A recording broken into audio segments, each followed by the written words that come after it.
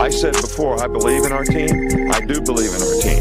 And we're going to work hard to make our team better. And I hope the players respond the right way. And it's not going to be for you.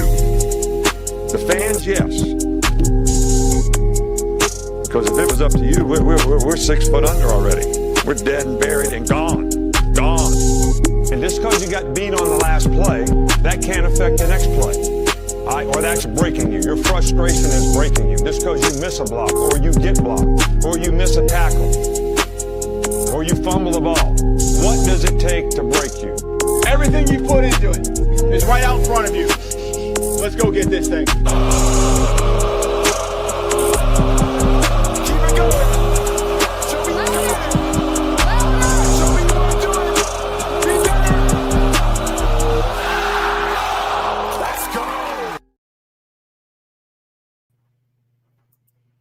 Hey, good morning, and welcome to the long run. Hey, I'm your boy, I'm Piano Man. Hey, look, glad to see everybody on this Tuesday morning. Hey, the South Carolina. Hey, you're next. Hey, you're next. Ain't no sense in just saying hate week, or we don't like you either. But hey, what's understood don't need no explanation, right? Right. So South Carolina, you just next on the schedule. That's all it is to it. Let's see who we got in the chat. Hey, we're gonna have some good football conversation. We're basically gonna talk about South Carolina. We're gonna talk about a couple more other items as well. But anyway, in the words of Stephen Hicks, good morning, Stephen Hicks. Let's get it. Let's get it. Let's get it. Roll Tide, William Bryant. Good morning, Nicholas Harden. What's up, Nick? How's your folks doing, Nick? Good to see you, my man. Roll Tide, Bobby Sprinkle, the main man. Roll Tide, good morning to you and Miss Tammy there. Good to see you. Latoya, what the business is. You know what's up, Latoya. How's everybody doing? How's your family? Yeah, all right. Good morning, and good morning again. Yeah, all right. Let me see who else is up in the house. Good morning, Double A. Good morning, Double A. Roll Tide to you. What's up, Double A? Big Dean, what the business is, player? Man, Big Dean, how you doing? Man, are you recovering this morning, Big Dean? I want to know how you are, man. Good to see you, my man. Good to see you. We don't want no problems out of you there, big dog.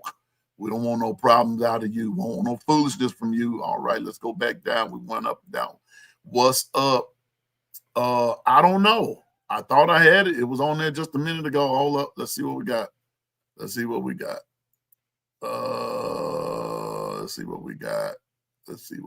going here. Hold up. Let's see. All right, let's try it again. Let's see. All right, good. Trying it one more time. I think it's about time, Dwight. Good morning to my producer, Dwight. I'm going to have to go and get ready for another computer. So I've already looked into an Apple product. This is an HP I'm using. I don't mind telling my business. I'm actually using this for school, and so I started doing this, and so now I've got to upgrade. So ain't no big deal, but it's time to do what it do. That's right. But good morning to my producer, Dwight. Good morning. Justice Summerlin, good morning to you. Good morning. Let me see. Yeah. Good morning. William Bryant, I said good morning to him. Okay, let's get it. Let's get into it. Well, we're in day two. Of South Carolina. You're next. I didn't have a word for the week, I don't think. I've kind of run out of them. Hey, Carla Hinton, how you doing? Roll Tide to you. Good morning to you. I've kind of run out of word for the week because, I'm on a different plane with that now, because I'm still not, like I told you all on yesterday, I'm not digging where our ranking is right now, but somebody reminded me of something yesterday, that we're always the hunted. Yeah. Did you happen to watch it last night, Piano Man? No, I missed it last night. I had a little medical issue going, and I went to bed. I just couldn't. I just couldn't. I was in had a couple of things going yesterday, and then when the medical thing kicked in there, William, I couldn't. But I will go back and watch it today. I didn't even get a chance to even watch Be Sharp yesterday, and so stay focused. Okay, good. Stay focused. Stay focused. Gotta stay focused. Have to. Because what somebody reminded me of yesterday is that we are always the hunted. And I think that's going to be my inspirational word for you for today. And that's this here. When you're good at something, when you're good, consistently good, that can be the word of the week, hunt. Yeah, we can go hunting too. You know what? And that's something that, Latoya beat me 2-1. Yeah, okay, stay focused and hunt. We can do, let's use both of them. Stay focused and hunt. That's what we want to do. Stay focused and hunt. One of the things that we have to remember is that, we all have to remember is that when God gifted us all, he gifted us all, but he did not gift us all the same.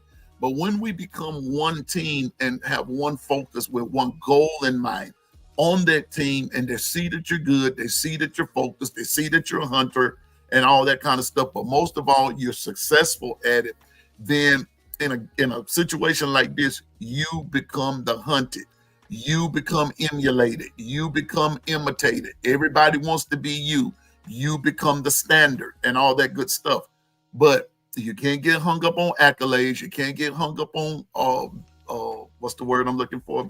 Polls and this and that and the third. You can't get hung up on what people are saying about you. You can't get hung up on all of the nice, sweet things that they're saying. You can't get hung up on even the crazy, obnoxious things that they're saying. You can't do that. What you can do is stay focused and hunt. That's what you can do, is stay focused and hunt. Now, the one thing about it is this right here. And even in watching the game the other night, there were some times, and I know people don't like for me to say this, but, I'm just a realist. And I just watch things from the way that they are. And also I watch things from the way that they could be. Lots of times when you have lack moments and you play down to your competition, a lot of times you end up playing down to them. That's a particular mindset. That's a particular mentality. That's a particular way that you don't want to go. What you want to do is you want a person to come in, like back in the Gap. We used to say, hey, man, if we get ready to fight, don't nobody need to be scared. Don't nobody need to be scared. Because I don't want you scared. Because you ran your mouth. You wasn't scared to run your mouth. Now you're not going. Don't be scared to get this A whipping. That's how that's going. That's how y'all used to run. Don't be scared now. Keep that same energy when you were running your trap. Keep that same energy like when you was going around spreading lies on me, spreading rumors and gossip on me, and you think I didn't hear about it. So when I confront you about it, don't be scared now. Don't get scared now. Well, when you start playing down to that, that's when your enemy beats you. That's when your opponent has the potential to beat you. But when you go in with that mindset, say, I don't care about that. Hey, we're gonna play it my way. We're gonna do this thing my way. We're gonna come with it. Like, hey, you just faceless. That's right. Let's get with it. Let's get it. And so roll it, Dr. Crystal. Tough as nails, roll tide. So let's get it. So stay focused and hunt. That's your word for the week. That's your word for the day. That's your inspirational quote for the week too. Stay focused and hunt. Keep grinding. Keep doing what you do. Keep going forward. Keep reaching for the top. And remember something. You know, how can you expect to win if you don't try? You got to try. You got to put forth that best effort. Let's get it. Put forth the maximum effort. Let's get it. And just remember, they're fighting too. Okay? So it's called inertia. Two forces rubbing together against each other. Something's going to pop off. Okay? So let's get it. Stay focused and hunt. Stay focused and hunt. Stay focused and keep hunting. Stay focused and get those grades in school. Stay focused. Get that bag. Stay focused. Keep working on that job. Stay focused. Put that project to work. Stay focused and hunt. Stay focused and keep working on yourself. Stay focused. Stay focused and keep hunting. Stay focused.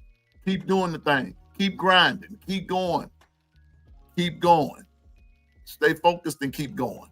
It's gonna be okay. And when somebody, I'm gonna do this for you.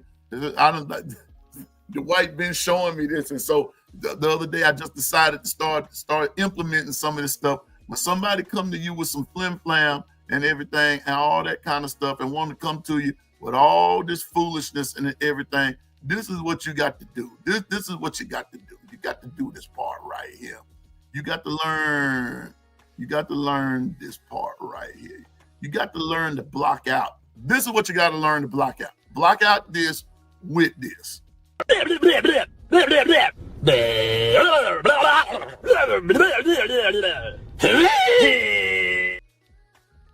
That's what you got to learn. That's what you got to learn to block out. Block out the blah, blah, blah. And block it out with that. Because that's what they're talking. And hey, don't you be going for all that. Don't be listening to all that. Hey, block it out. Let's keep grinding. Let's keep grinding. Yeah, I'm from the old school too. Talk is cheap. So that's why I said stay focused and hunt. Get on out there. Get on out there. Let's get it. Do your thing, right? Right. Okay, here we go. We all know yeah, Coach Al for us a negative free zone. Yeah. Yeah. I know it's funny, but that's what it is. It's a bunch of nonsense. Blah, blah, blah, blah, blah, blah, blah, blah. That's what I do. And I do my kids like that.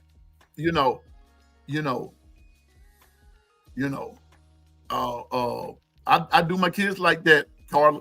Blah, blah, blah, blah, blah. Either you're gonna be about it or you're just gonna keep blah, blah, blah. How long we gonna keep up with the blahs? How long how long we gonna keep up with the blahs? That's how long we gonna keep blah, blah, blah, blah, blah. So we got to stop that. So stay focused and hunt, everybody. Stay focused and hunt. And know the Piano Man is in your corner. I'm in your corner. As long as you stay focused, as long as you keep hunting, I got you.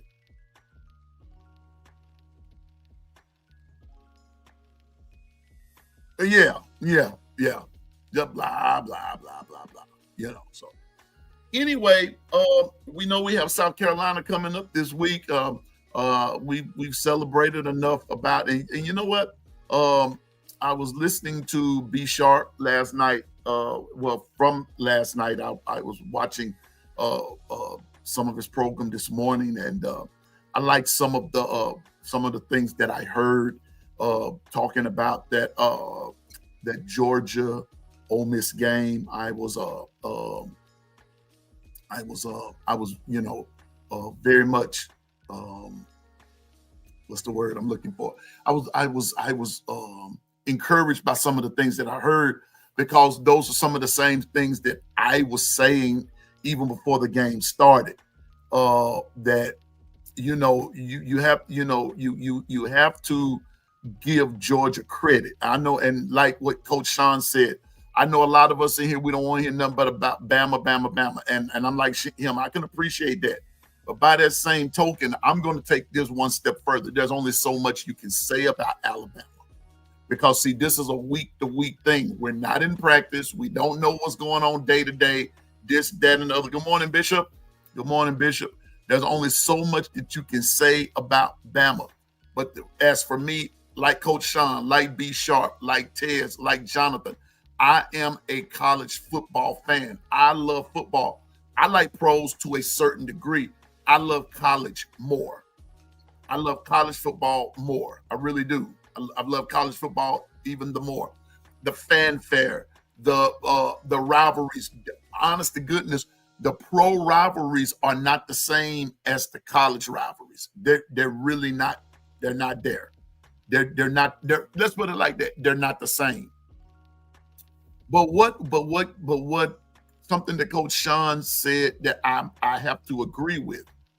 As much as Georgia gets all of this attention, now they're seeing what life is like for what life is really like for Alabama. You see what I'm saying? You're the topic of conversation. Still, but I'm just going to go on and say it, but still Georgia is not even in the same league as it comes to topic of conversation like it does with Alabama. Now I'm going to say this because I have yet still see a sign that says in the NFL, we want Georgia. I hadn't seen that yet. I hadn't seen it yet, but I've seen a sign or two that said we want Bama. See, but the point that I'm making is for right now, yeah, Stacey Go Dogs is right. Who is the reigning SEC champ? Georgia, and they are. Now we can all holler and say that it's because they didn't play Bama, and there is some truth to it. There is some truth to it. There's some truth to that. I mean, I can't. Yeah. And I know it's a matter of opinion too, but there's still some truth to it because when you go and you look at the stats, when you go and look at the record, and it's just like I think it's Don King says, let the record show. The record shows that Georgia has a problem in beating Alabama on a consistent basis, and they do. But when Georgia's not playing Alabama, Georgia does run the table. They do. They run it. But when Alabama shows up, Georgia has a problem. Well, I really do hope that Alabama and Georgia does play in the SEC championship game. For me, that's how it's all settled. That's how some things are settled. You know, and so I'm gonna be honest with you. And I'm still just a little bit old school. I never heard of the word trap game until recently. When I was coming along, there was no such thing as a trap game. It wasn't. We didn't call them trap games. We called them games. And any team could beat you at any given moment. They didn't use that word trap game. I mean, I didn't hear that term until here recently. I said, what the heck is a trap game? And then I understood what they meant. But we were just taught, you go out there and play the game. You go out there and you play the game. Because any team can beat you, and because we weren't allowed, but then the media and the this and the that and the third. Now, I'm going to say something. Right here. The media has always been the media. But where the media comes in on today is the fact that there are many different avenues of media. There are different things that the media does. Podcasting is sort of a avenue of the media. It's part of the media because all of us have something to say. All of us have an opinion. We have this opinion, whether it's right or wrong. We have an opinion. And a lot of us think that our opinions are right. I'm one of the few in the world who says it's just an opinion that I have among trillions. I have, I just have an opinion. But my opinion is just like what Bishop is saying right there, Saban, rat poison game. Tough as nails, one cliche, old cliche, one game at a time. Those are the things that I believe in. That's how I view it. The media is always the media. The media has always been the media. It's just been enhanced a little bit through social media. This what we're doing is a form of social media. And we have our little opinions. And even those that are on mainstream media, a lot of it is opinion. It's still opinion. You can come with some facts, but then a lot of it's still opinion. Still opinion. So,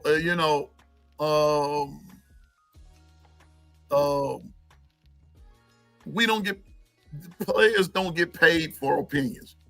Players get paid to play. Players get paid to win. And, win, lose, or draw and everything, but it's not about the opinion. But what happens is that the reason that I said that about Alabama, Georgia, and everything, I'm a traditionalist. I'm a traditionalist. I'm being honest. What's up, Brock? Good morning. Ty Simpson Burner, good morning. Roll Tide. Both of y'all. Coach Carl, good morning. Roll Tide. I'm a traditionalist. I like seeing the old schoolers in it.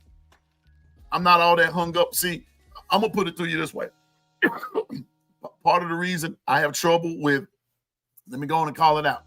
Part of the reason I have trouble with Texas A&M, Texas, Oklahoma, Missouri, because I can remember from whence they come. I remember those days. I remember when Missouri, and Oklahoma were in the Big 8 back in the day.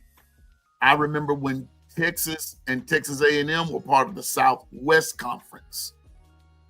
See, when I view them from when I was a teenager. And don't get me wrong, don't tell me that you a PM, you need to catch up. No, that's not them. I'm way up to speed.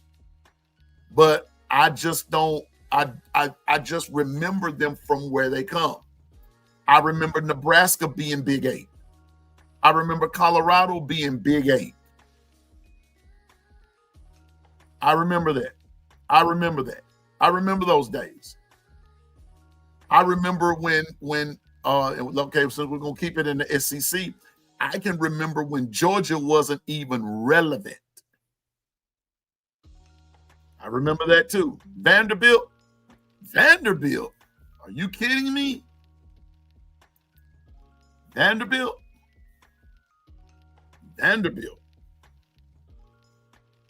I can remember when Vanderbilt wasn't even a good football school. Kentucky. Are you kidding me? Football. You know what? UGA had their shot and failed, but Stephen, here's the catch, sir. With much due respect, Georgia had their shot. They failed, yes, but Georgia is still the SEC champ, sir. See, that's where you know, and once upon a time, Southern Miss was in the SEC. Yes. Coach Carr said, I can't remember that time. I do. I remember when you said Vanderbilt in football, it was laughable. Kentucky in football, it was laughable.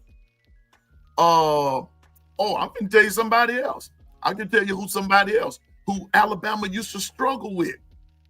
When Alabama used to struggle, sometimes Alabama struggled with Mississippi State. That was a rival game back when I was growing up. Alabama just didn't run away with them. No. And that's in the days of Bear Bryant. You had, when Alabama and Mississippi State used to go at it back in the gap, those were two wishbone offenses. It was all a matter of who had the better defense. Those are things that I remember. And so when wait a minute. And so when I go over to Texas ran a veer formation called the T formation of the wishbone, whereas the fullback just was not up directly behind the quarterback. And where the two halfbacks were one on the right, one on the left like that. No, they lined up in a veer formation. I remember those days. But Texas was in the Southwest Conference. Them, Baylor, Texas Tech. What's up, Underwood? What's up with you? All that. So when I look at things from an old school perspective, don't say that I'm behind time. No, I'm way up on the time. But I just look at things from where they used to be. And me personally, Texas is not a bona fide SEC school. Neither is Oklahoma. Oh, neither is Arkansas. I remember when Arkansas was Southwest Conference. That's who I was leaving out, Arkansas. Robert Underwood, what's up, bro? I'm just saying.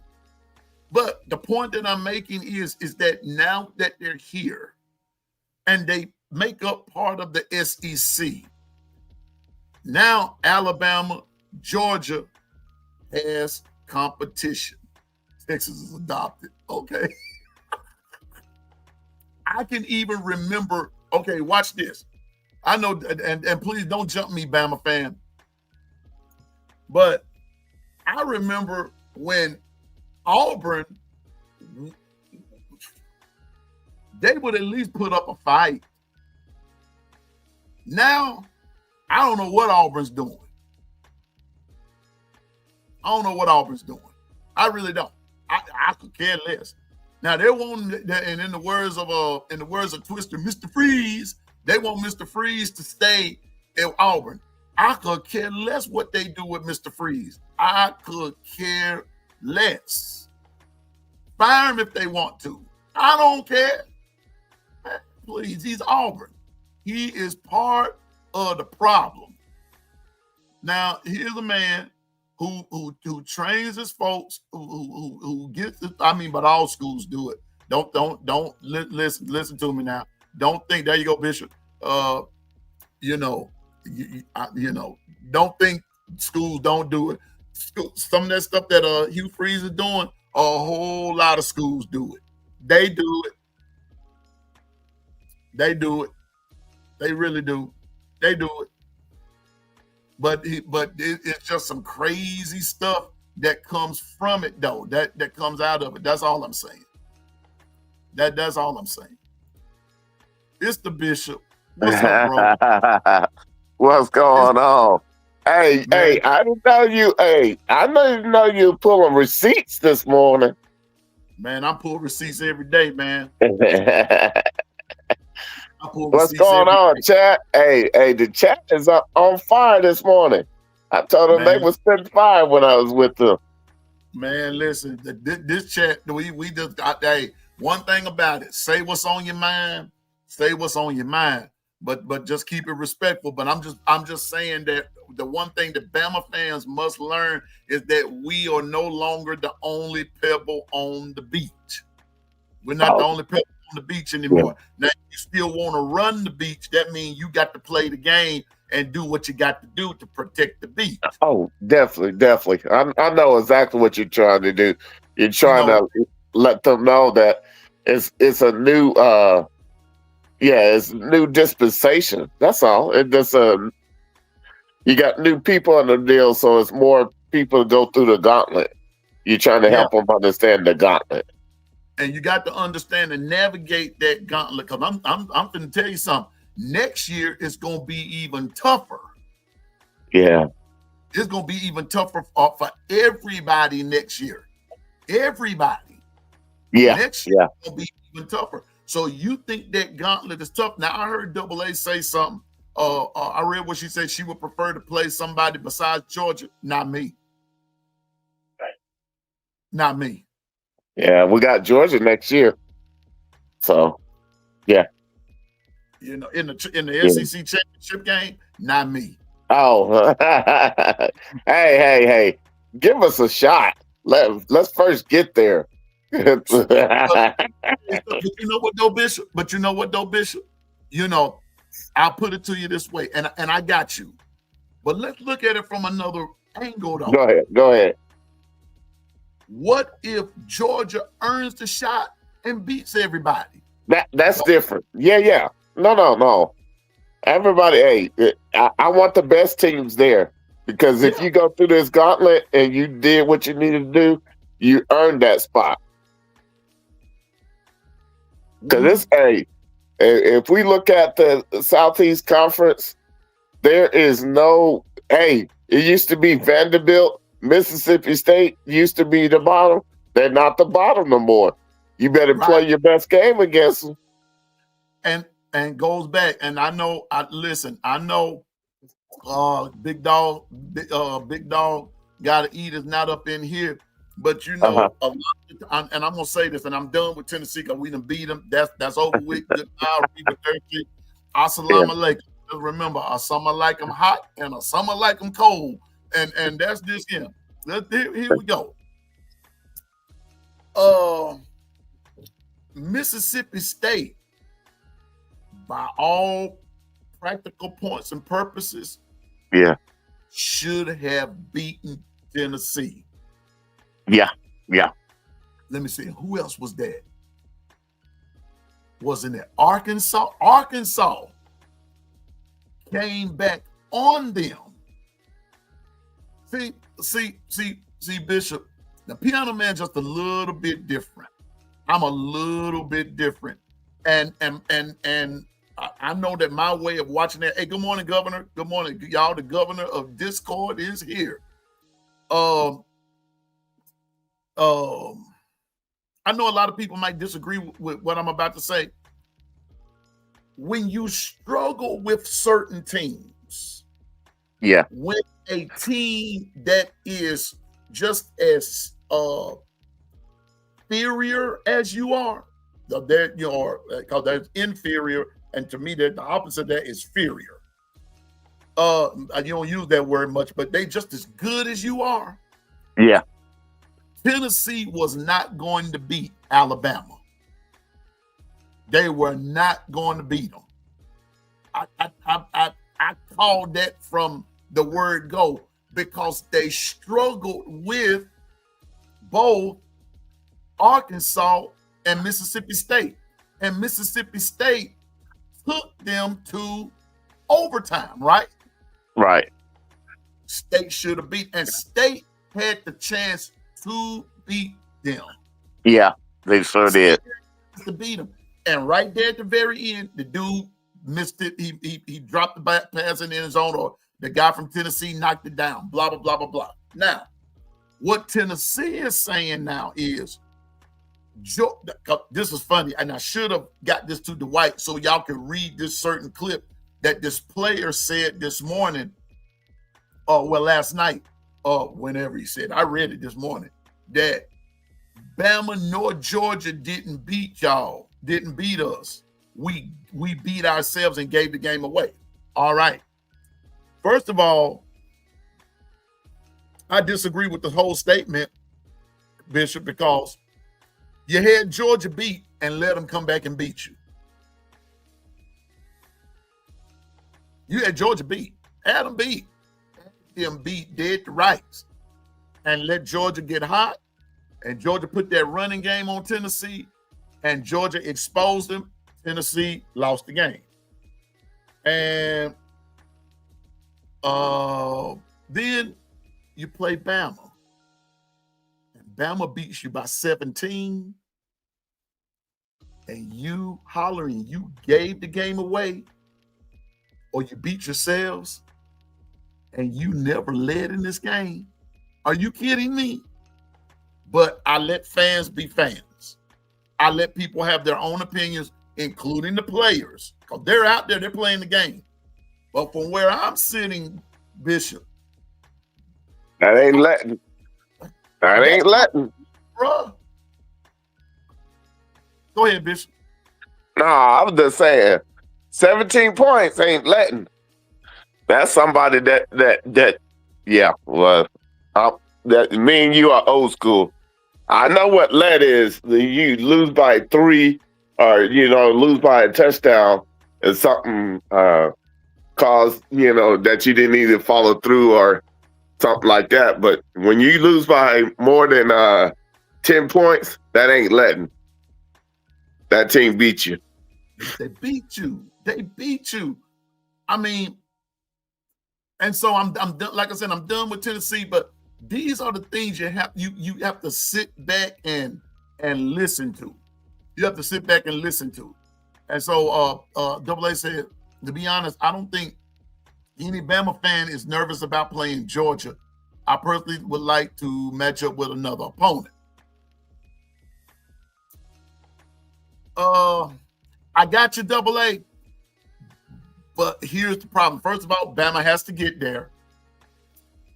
And I read, and thank you, William, no overtime to beat Texas, to beat Tennessee. We just flat up beat them. We let you walk out of here only losing by 17. I got you, Governor.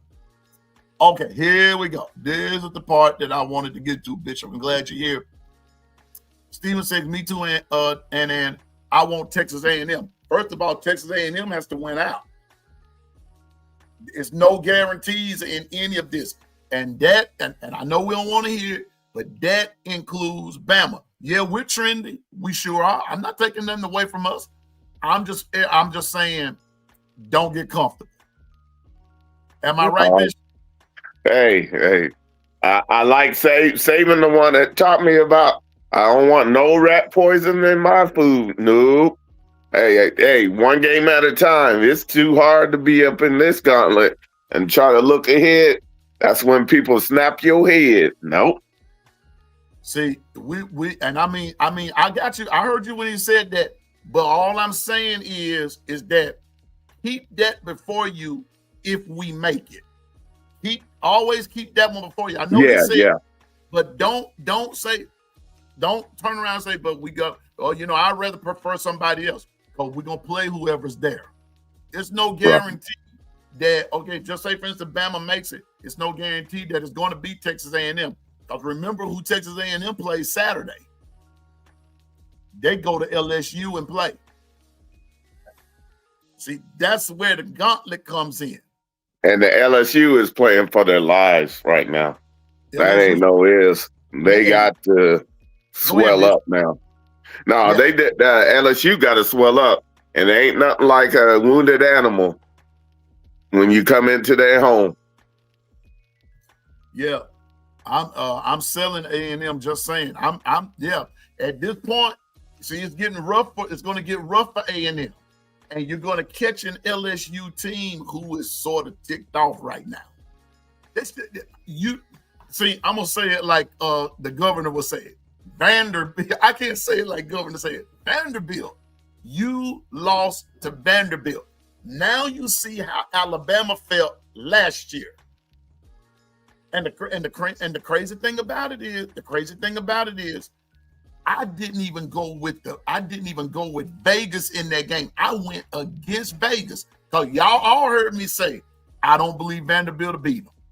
All of y'all heard me say it, that I didn't believe Vanderbilt would beat them, and Vanderbilt beat LSU, beat them. Now Danny Cannell said in a previous tweet, later on that night or early that Sunday morning, he said LSU basically are out of the playoffs now. I'm not going to say that. Now you said Vandy would win, but no, Governor. I'm saying when Alabama lost to Vanderbilt, you made the statement when we were talking in general. You said you got to remember you lost to Vanderbilt, and then you said let that sink in. Vanderbilt. Vanderbilt. See, so the point that I'm making is that when you begin to put this whole SEC gauntlet together, Bishop, when you put it all together, I don't know what the Big Ten telling me. They can go jump in the lake with a bunch of states. Yeah. Big Ten does not compare to the SEC under no circumstance. None. Hey, I aren't even... Sometimes it's laughable to see their schedules, their strength of schedules versus our strength of schedules. Exactly. And it's like, I know you got to play who you play, but you know what it did? It gives me a glimpse of how people used to view us when we was in the Big 12. It's like we only could play who we play, but now being over here, it helps you to really respect what the SEC gauntlet is all about, and that a lot of these 1-loss, 2-loss teams can do some work with them over there in the Big Ten. They wouldn't want this schedule because they know they would have more than just undefeated. They would have some losses in their columns. So hey, that's the way I see it. So until they can show what otherwise, and that's why this year, whoever come out of the SEC, it's going to be prime and ready, because as much competition we done went through to get to that point, man, you better have the best game of your life. Got it, man.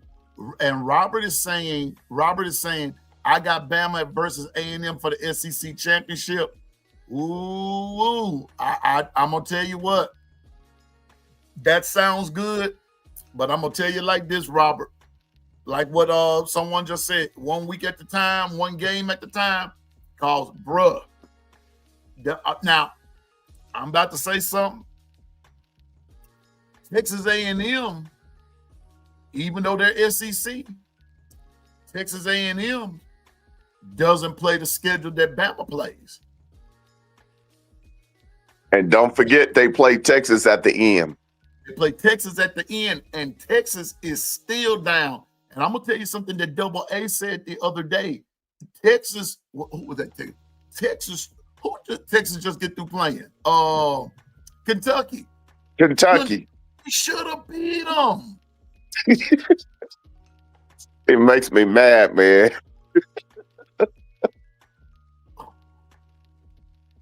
Kentucky should have beat them. Do you know? Wait a minute. Since we just kind of putting a little gumbo in. Yeah. We ain't talking about nothing. It's nothing really specific here. But here we go. Do you know this makes 2 years in a row? 2 years in a row that Kentucky has had a top team on the ropes and couldn't finish them. 2 years in a row. 2 years. Last year, they were just a half a minute away from beating Georgia. Remember that?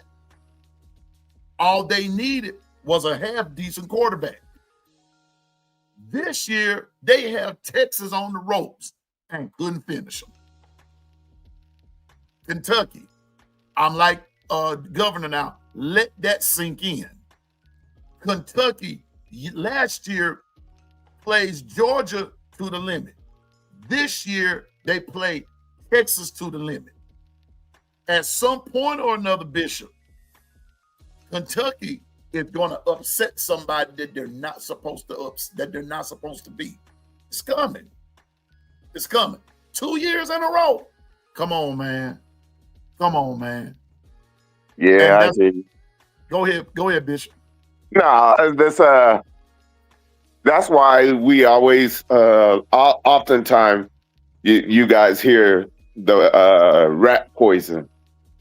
That rat poison is because on any given day, someone might have that right type of game plan against you, no holds barred, and find a way to beat you when they had no business being in a game. So that's why I'm one of those that after our loss to Texas, when we were just sipping on the major rat poison, hey, but never again, including myself. I was on that rat poison myself. So, hey, I know what it is to you start getting hype and you start reading the press clippings. You're certain 5-0 and la la la la.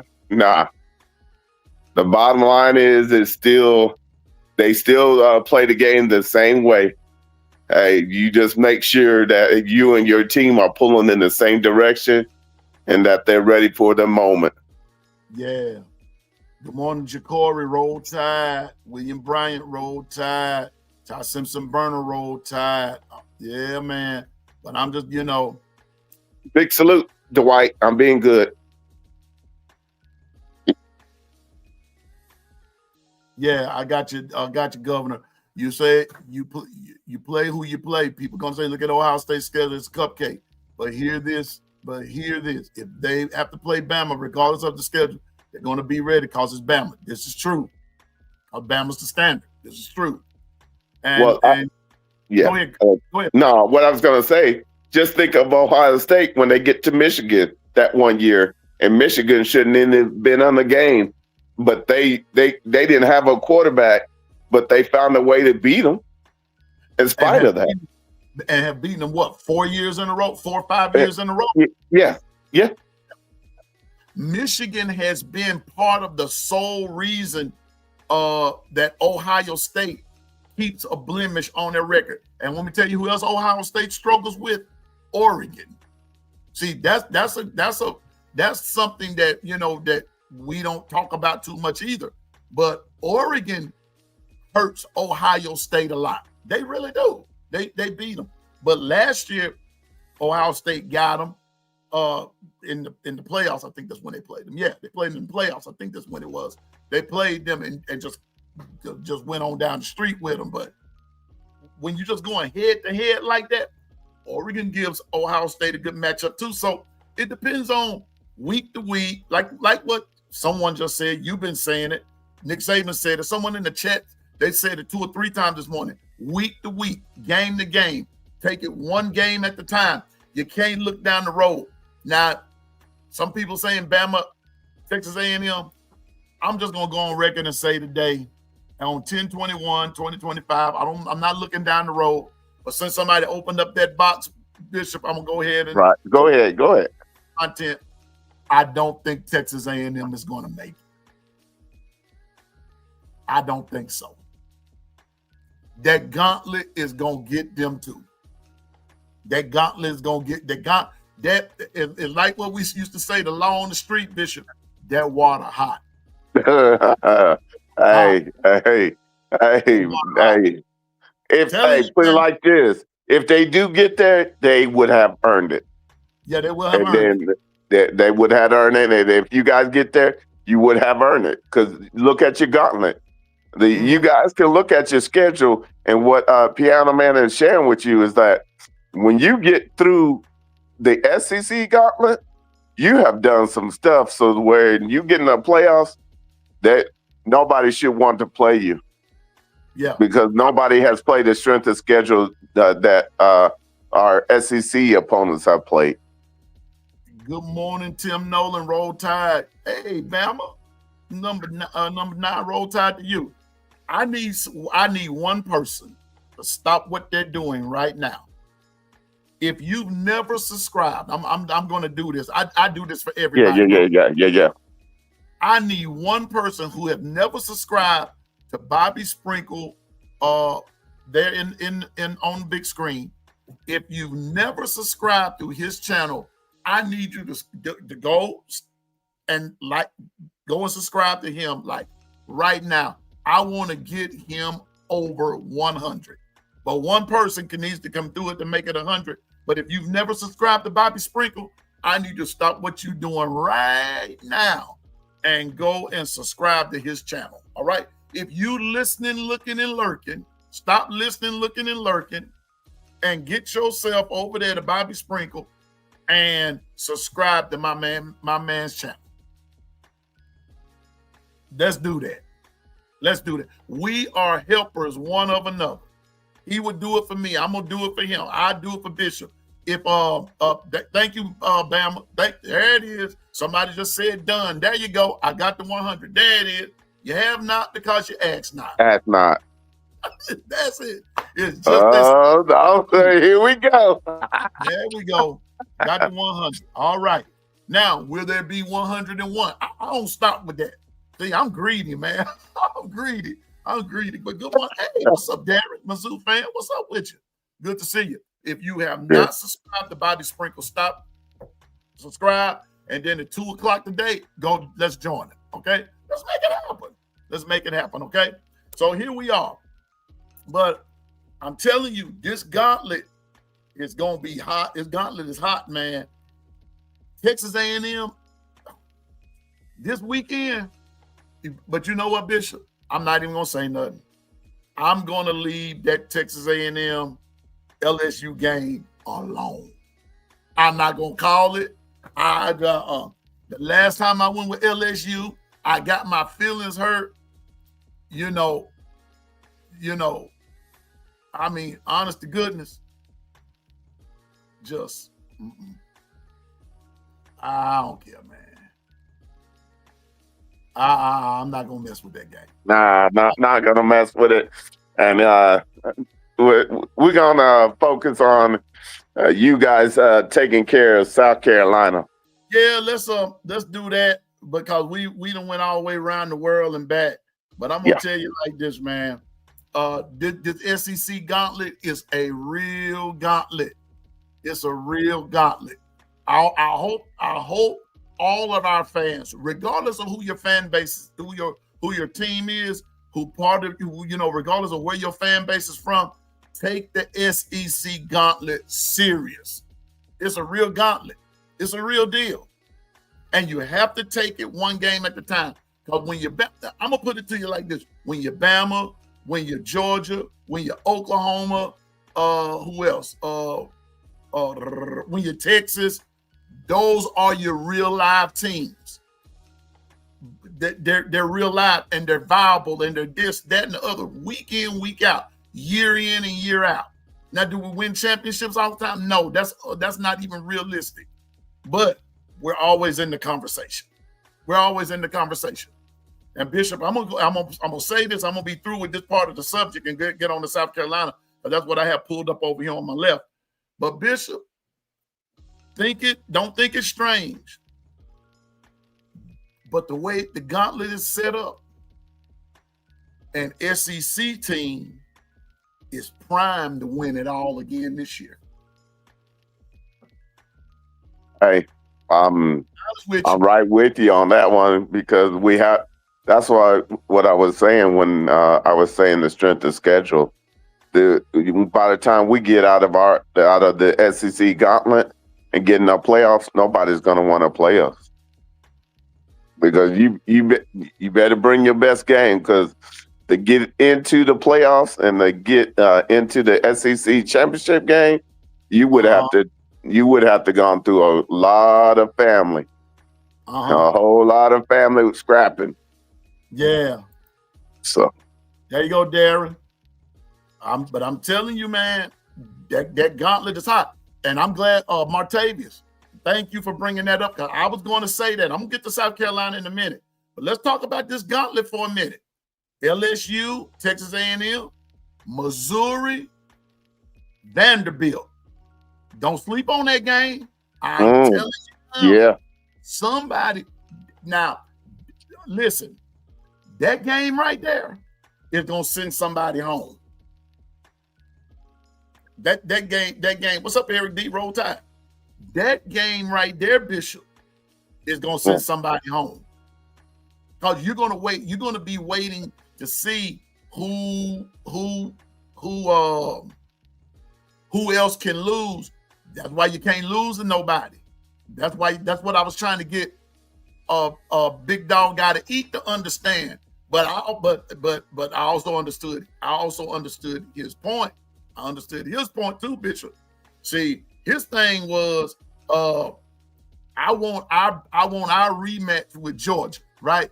Oh, so yeah. Rematch with Georgia. I kept telling him, you're not gonna get it. You're not going to get it. It's not gonna happen for you. That gauntlet is hot. Now now that this is over, Tennessee has to now deal with, like I said, I didn't bring all that with me. But you didn't bring. Hey, we got. I know what it is. We got Tennessee after this next game. After Ole Miss, we'll go there. We go to Neyland. Yeah, Bobby, it's gonna do that. That's YouTube, man. They do that. That's why I asked for two, because they do that. It happens to me all the time. So, but if you've never subscribed to Bobby Sprinkle, somebody please subscribe. 2 or 3 people. If you have not subscribed, I need you to subscribe. It'll come back up. But that's YouTube. That's YouTube. What's up, Twister? But I'm telling you now. Come on, Twister. Let's go. Mr. Freeze. Come on up here, Mr. Freeze. Here we go. Twister. Let's go, Twister. But I'm telling you now, these games, this gauntlet, you know what? I think I need to redo the room, Bishop. I think I need to redo the room. And anybody that enters up in here, I think I want to rename it the Gauntlet. I think I'm going to rename, I think I'm going to rename the room the Gauntlet. I think I'm gonna rename this room the Gauntlet.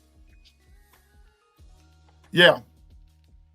Hey, there ain't nothing wrong with that. Now, Hey, I Governor said, just like the Gauntlet family. The family run up the lights. Come on now. come on, let's make it a Gauntlet over here. Yeah. I'll be honest with you. I just don't let anybody up in this chat, up in this room. I know. Don't let anybody up in here. You got to bring some energy, and you got to bring some, but you also got to know your stuff too now. And no two people view it the same. And I respect that. No two people view it the same. But Governor said, just hear me out. LSU going to win Saturday. Last time I said that they lost. But anyway, them cats playing for themselves and not their coach. Oh, now that's see, that's that wounded cat. I told you, that wounded animal. Yep. Governor. Boy, he don't put some major stuff out in the streets. Man. He done caught up wind or something. He said they're playing for themselves, not and not for their coach. And I'm telling you now, I said it last week. When they lost to Vanderbilt, I made a statement. I asked, all right, let me see it. Stay there. What's up, Twister? What's going on, man? Roll Tide. Good morning. I was handling a little business early on. Hey, you good, man? You good? Yeah, you good, man. But I said last week, though, Bishop and Twister and Governor, when LSU lost to Vanderbilt, yeah. Statement, I said, is it me, or does it seem like Brian Kelly has lost his locker room? He's lost it. I believe he has lost it. I believe he lost it. You see what I'm saying? And now it goes back to like what Governor just said. These guys are out playing for themselves, and they're not playing for Brian Kelly. And it's real evident. And then last week also, I don't know if you all they're 3 and 4, aren't they? Wait a minute, hold up. Leave Matt Moscana where he is. Remember Matt Moscana said, Tuscaloosa is burning. Tuscaloosa is on fire. Now you don't hear anything from Matt Moscana. Mr. LSU. Hey, what did I miss what y'all talked about earlier? My bad. But I'm just saying, man, that game Saturday, so I can see which way Governor's coming from, but Twister and Bishop, I refuse. I don't have anything to say. I have nothing to say about LSU anymore.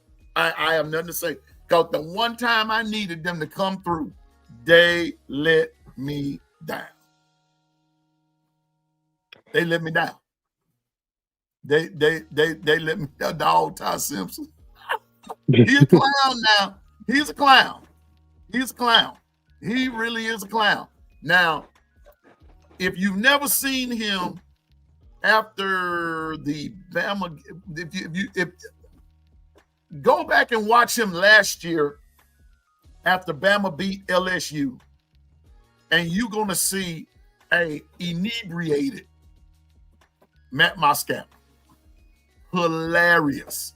I'm talking about hilarious. So yeah, he's a clown. But anyway, Twister, we're talking about the Gauntlet. And I'm thinking about renaming our chat room the Gauntlet. That's what I'm thinking about renaming it. That's what I'm thinking about renaming. I'm thinking about renaming it the Gauntlet. And cause you get, hey, it's rough, man. This SEC is rough, and that's what we're discussing this morning.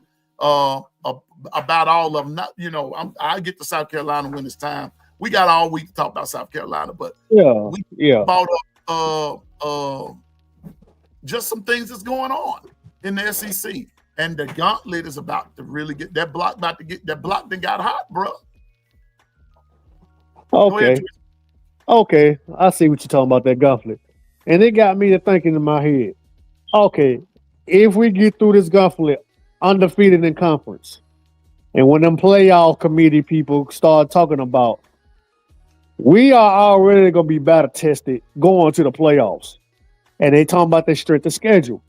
And what about the other contenders who be in the playoffs and basically ain't been playing no damn body? How that going to be? Like, we already in the middle of the battlefield right now. We done beat 4 ranked opponents. 4. Made history without a bye. What about them other people or them other on teams that have not been playing anybody but cupcakes? How they gonna challenge, people like, like teams like Alabama who been busting their ass through thick and thin in the playoffs? I hear you. Man, it's gonna be something to see.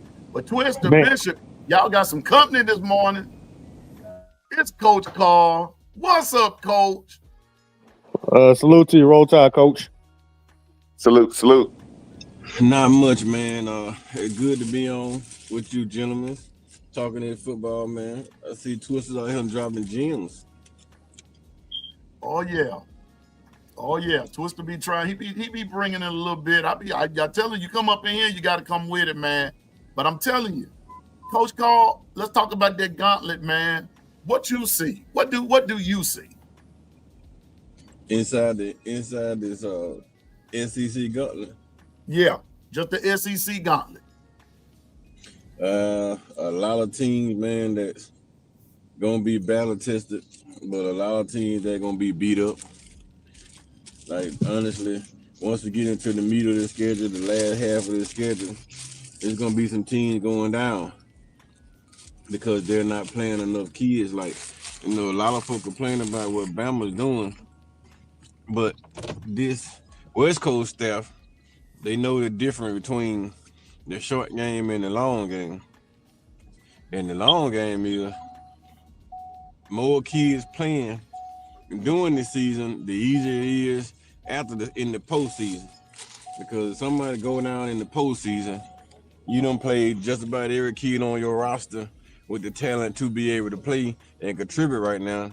So you don't worry about that significant drop off because everybody's playing significant time on this team.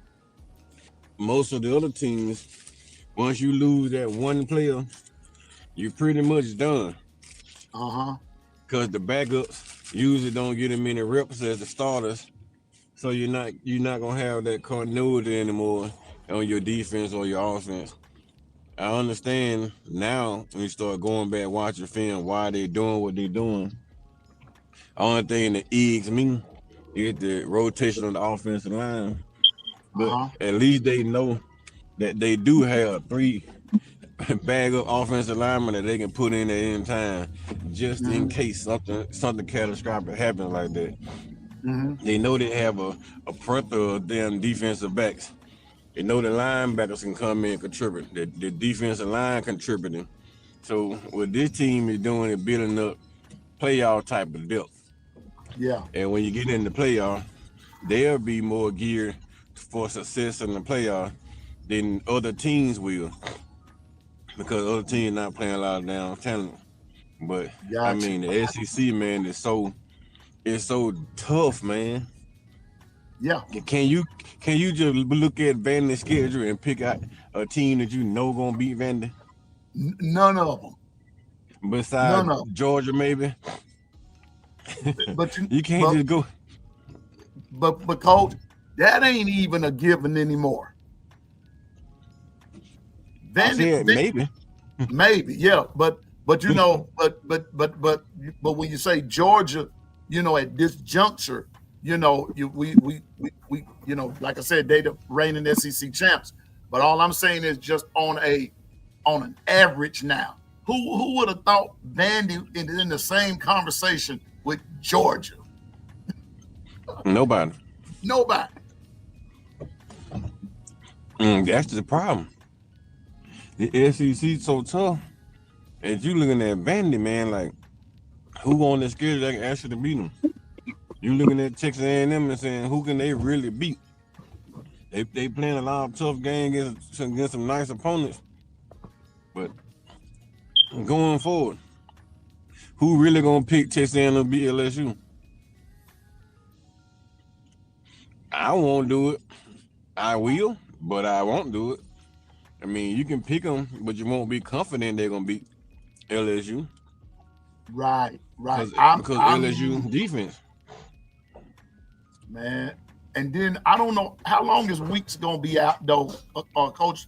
Was he just out last week, or is this gonna? He been out 2 weeks, so it's something serious. Yeah, he didn't. He's missed in that defense too. Now his he's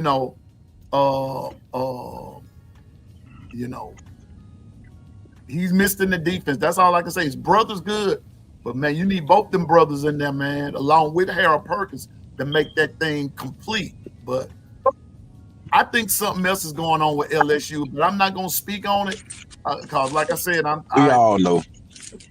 know. We all know. You ain't gotta say it. We know. Something else going on with them. But like Gordon said, go ahead, Coach. No, I'm just saying we all know that. We ain't gonna speak on that, but we all know what's going on with LSU. What you think about it, man? With the SEC, on the easy game, it seems like it's Kentucky, right? And that ain't a really easy game, but that's the only game that you can just count on and say, well, they probably gonna win that game. Yeah, Kentucky gonna lose that game. But other than that, I mean, you go through the SEC, man, this is murder row. I never seen the SEC this tough. Coach Saban said a couple weeks ago, Vandy is the only team that you could have just pulled up on and say, that's a win in the SEC. Now when you put Vandy on your schedule, you sitting around like, oh Lord, here come Vandy. And wait a minute, Coach. And Bishop ain't said nothing about this either, and Twister either. And Pobby is lobbying for another year. But facts. I know, right? Facts. Mm-hmm. Pobby's lobbying for another year. Because he has 2 years of JUCO. Yeah, he locked in another year, and then the team, nobody's on the team right now is have a draft status on it, so they're not even draft stock eligible, right? Only person on there that had a 5th round grade was Stauber, but I don't even think he'll take a 5th round grade. I think he'll come back and play another year with Diego. Mm-hmm. Diego is a different group. Yeah, he a different type of cat, bro. I honestly think if they win all their games and maybe lose one, Vandy's a playoff team this year. Yeah. I agree with that. I agree with that. They prove it. See it. They prove it, man. They prove it. Yeah, Vandy building LSU. And I like that coach. Hey, coach, I like that coach because he's from the old school. He don't care about traditions of what used to be. He's building for now and the future. Question. Go ahead. Is Diego probably gonna pull a Bo Nix, gonna stay there almost 10 years at the league in the college? Just saying. Because he already like 24, 25 years old, right? Well, I think he's 23. I thought he was like 24, 23, round up in there. Yeah, but I know he had 2 years of JUCO. And they don't, now that they got that new rule, he can't stay another year because it doesn't count against you. Right. Yeah, and that money too, and the Yeah. NIL deal and all that. Yeah, the money going on. Hey, Twister. Yeah, that cheese is good. Yeah, really bastards. That's what Double A's saying. See that NIL, his NIL, he ain't in no hurry to get to the NFL. As a lot of these players, they're not in a hurry to get there because you can do. I mean, you can just make it happen in college now. Mm. They're like they ain't Ask rushing to Shador go to the pros. Sanders. Ask Shador Sanders didn't have to have an actual scholarship. That's how much he was earning. Wow. Mm. I'm just saying, Yeah. man, it has gotten a lot more interesting. I don't know if anybody's old enough to remember this show called Welcome Back, Kotter, but in the theme song it said, "But the game has all changed since you've been around."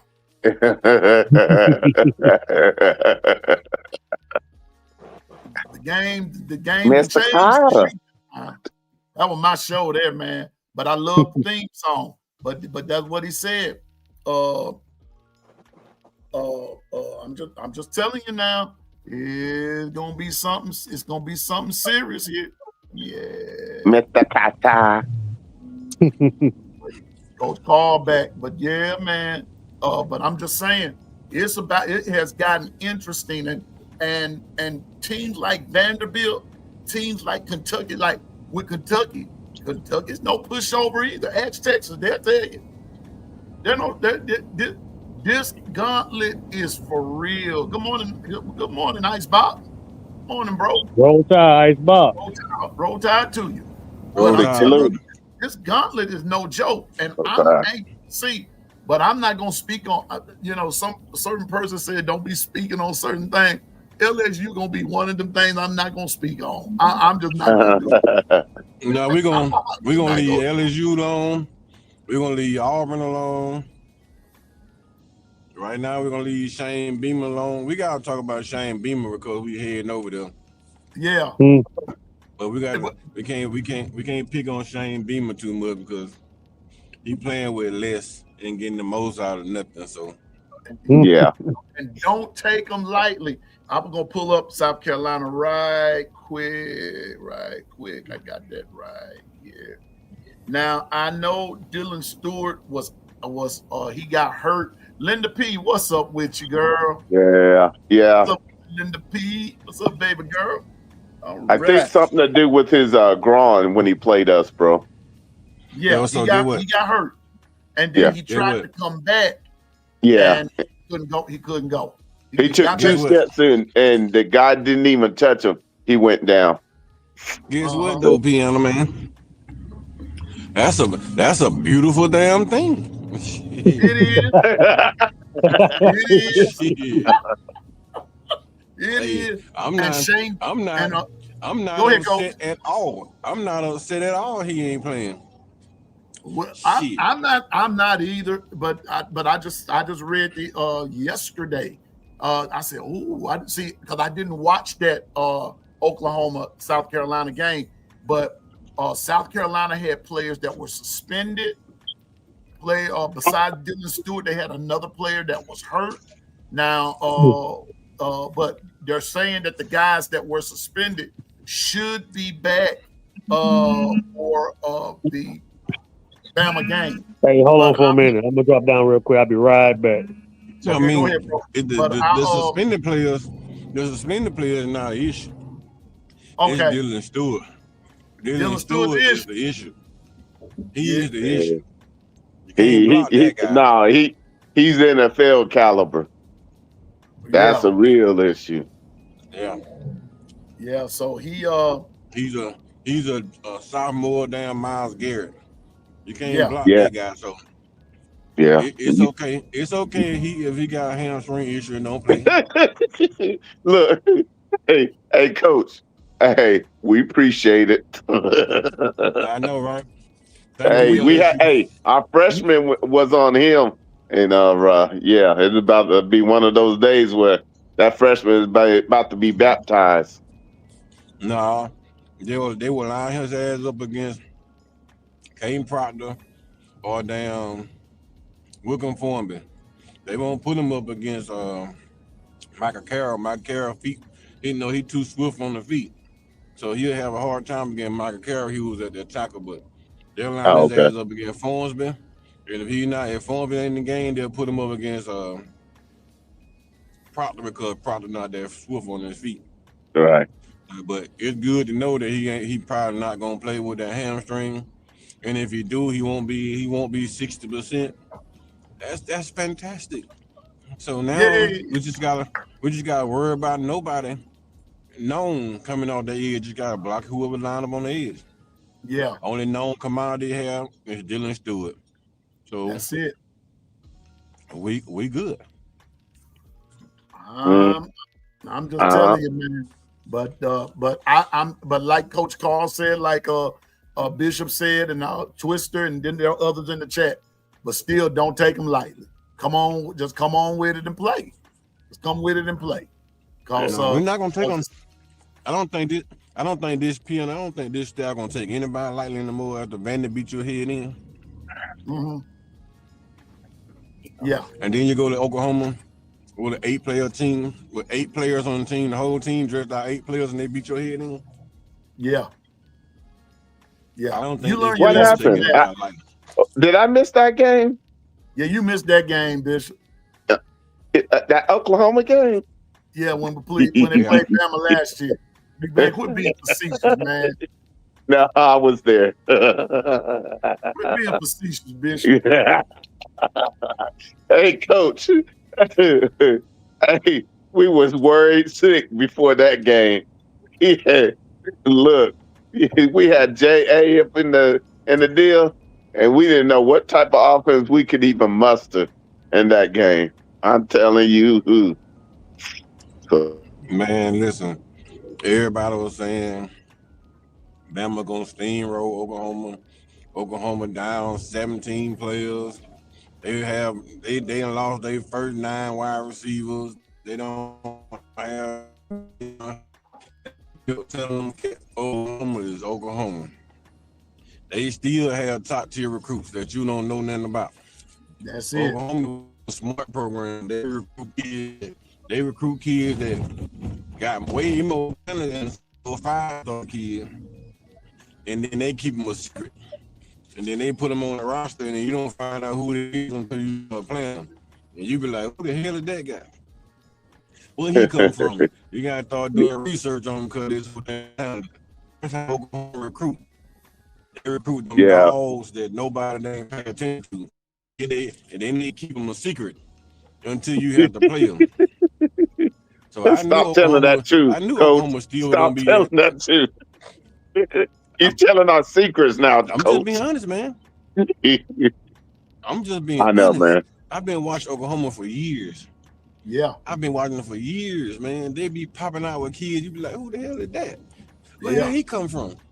You do the research on him. That kid was a 1-star kid and nobody recruited but Oklahoma. Like, what the hell Oklahoma doing recruiting 1-star? Then you realize, like, yeah, you got this one don't have no star. That one don't have no star. And that the whole damn team, half of the team don't have no stars on them, but they coming out there whipping on 4 ass. Oklahoma has a damn model, man, and they smart with it. Yeah. I like what they doing. That's why I don't never take Oklahoma for granted. Because Bob Stoops started it. And then everybody else rolled on with it, except for that boy that went to USC. Now, Lincoln Riley tried to go. No, Lincoln Riley tried to go there and get those 5-star pluses, and then it didn't work out for him. But you see, Coach Carl going back getting those names, and they balling. Well, Coach Carl, just think about it.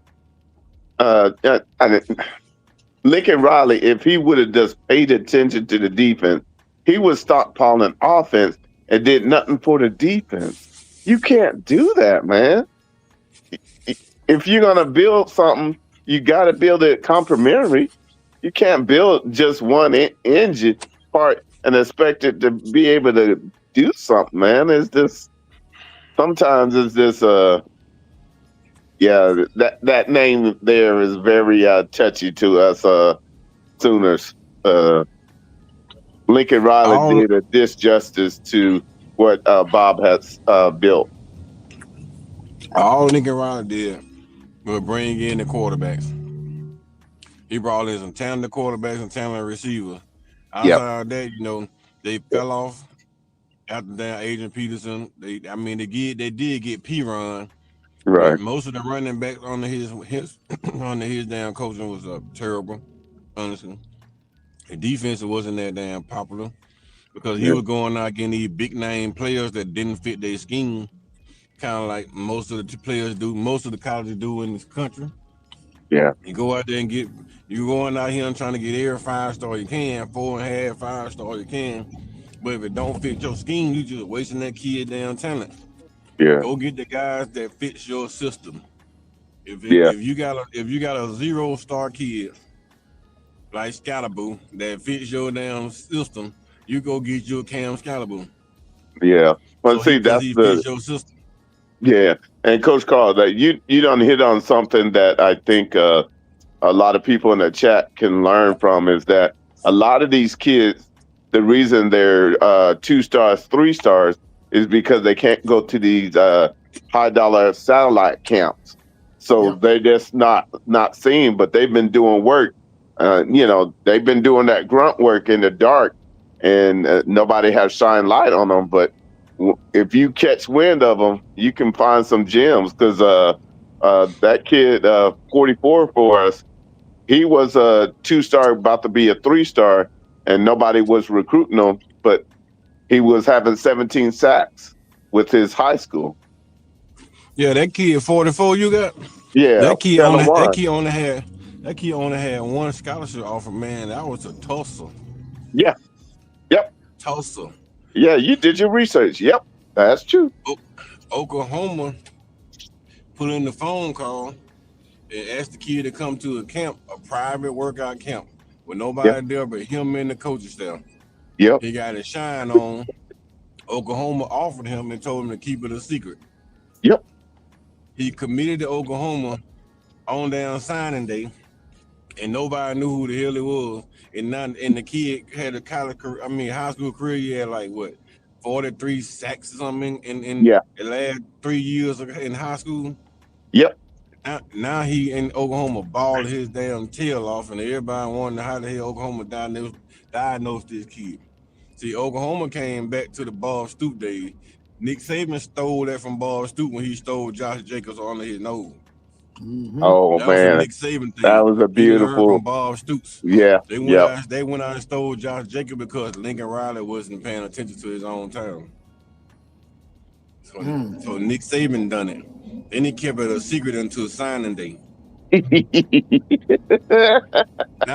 Now you see Brett Venom was doing the same thing. Brett is going back to that mentality.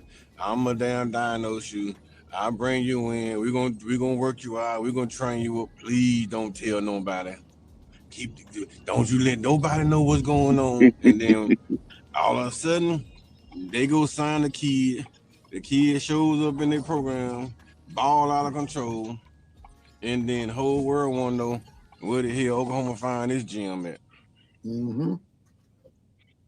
Hey, it's because nowadays it's too many.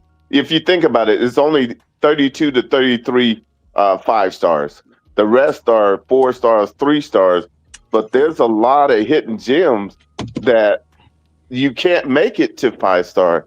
There's only 32. So, who are we kidding? There's a lot of 4-star, 3 stars that could be easily 5 stars, but the path to get there is hard to get to. So you gotta evaluate them. I think the 5 stars and all of those stars need to go away. You need to evaluate them differently nowadays. I'm gonna tell you something about that 5-star, right? You got true 5-star kids and you got paid 5-star kids. You got the guys like Xavier Griffins of the world, the Tank Joneses of the world, those true 5-star kids, and then you got some of those Ben Davis types of the world. Remember Ben Davis, the 5-star kid Yep. from Alabama, linebacker.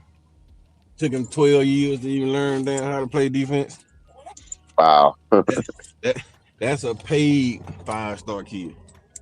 The old kids are not damn original 5-stars. I'm out of paying money for that damn spot. Because you can tell 5-star kid. Those 5-star kids just walk different. They sound different. They even speak different. You can tell a 5-star kid from the time he put his damn pads on. And you can tell a damn no-star kid from the time he put the pads on too. Because they walk around different. They act different. They carry themselves different. That 5-star, man, like I'm telling you, just imagine, go back and look at the last 32 5-stars that came out every single year, 5 years ago. Just go back to all 32, 33 5-stars. And you tell me how many of those 5-stars are actually producing right now, and how many of those 3-stars that actually producing. Because if I look in the draft every single year, I see more 2-star, 3-stars, and no-star get drafted than I do 5-stars. It's been documented. A lot of those 5-stars, they're just that. They're 5 stars, but they have no fruit to their star. They don't bear any fruit. They bear very little fruit. I'm just saying.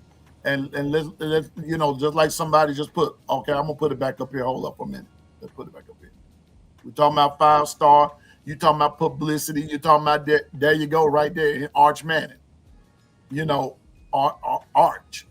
But then, you're going on name, you're going on stars, you're going on this, but you're not meshing with your team. They're not putting it all together. And some of that has to also, like I said, I'm no expert, but I got a little common sense. Some of that, your team ain't meshing with you. Y'all ain't jiving. Y'all not jiving. There's no vibe there. And so I'm gonna tell you, hey, Piano Man, you say it's a 5-star. You know what I call them when they don't pan out to be good 5-star? what's that? A 5-star with no moonlight. Just dog. You can't shine. You can't shine if you don't have no moonlight. That's it. What's a star in the sky with no sun? With no sun. Ooh. It's just a star that don't shine. It's all it is, a star that won't shine. Wow. If a star don't have no light, it won't shine. Wow. You know what? And pretty soon that becomes like a dead star. A dead star. Ooh. And dead stars going to become falling stars. It's gonna fall out of the sky, and the only time it's gonna shine is on the way down. On the way down. Look like another love TKO. There you go. That's what Teddy Pendergrass strikes again.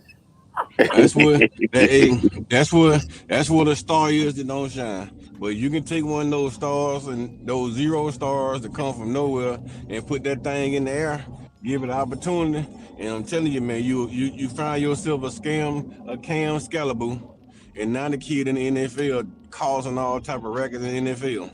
Yeah, he doing the doggone thing. And listen, and when he was in college, man, he was a wrecking ball. Wrecking ball in college that nobody knew anything about. A Diego Pavier that didn't nobody know nothing about. Yeah. I mean, no stars, man. These kids come from nowhere, and then they working their tail off to get where they at now. Those are the kids that you want. You want a kid that don't nobody want, because now when you get that kid opportunity, he gonna give you everything he got and some.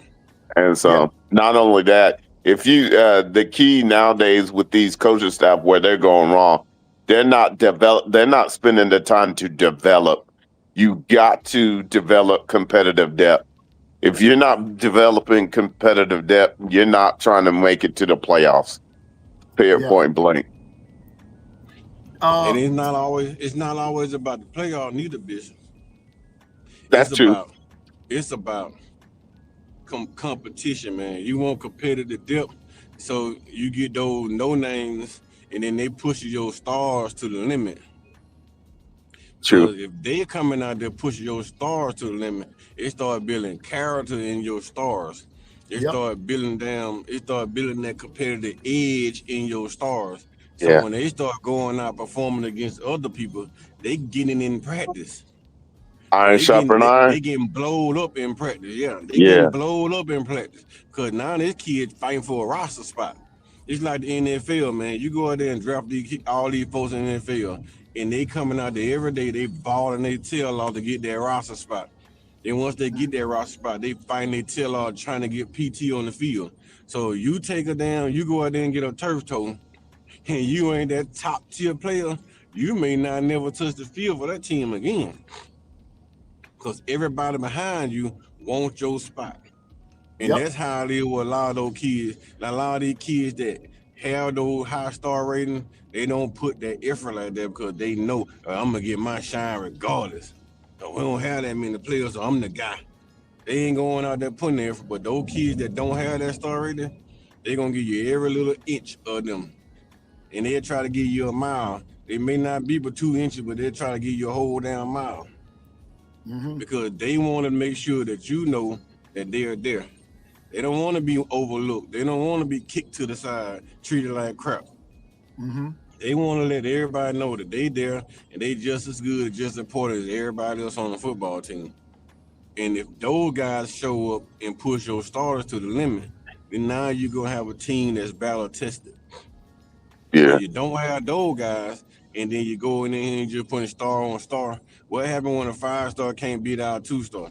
That 5-star transfer. Every time. He out of there.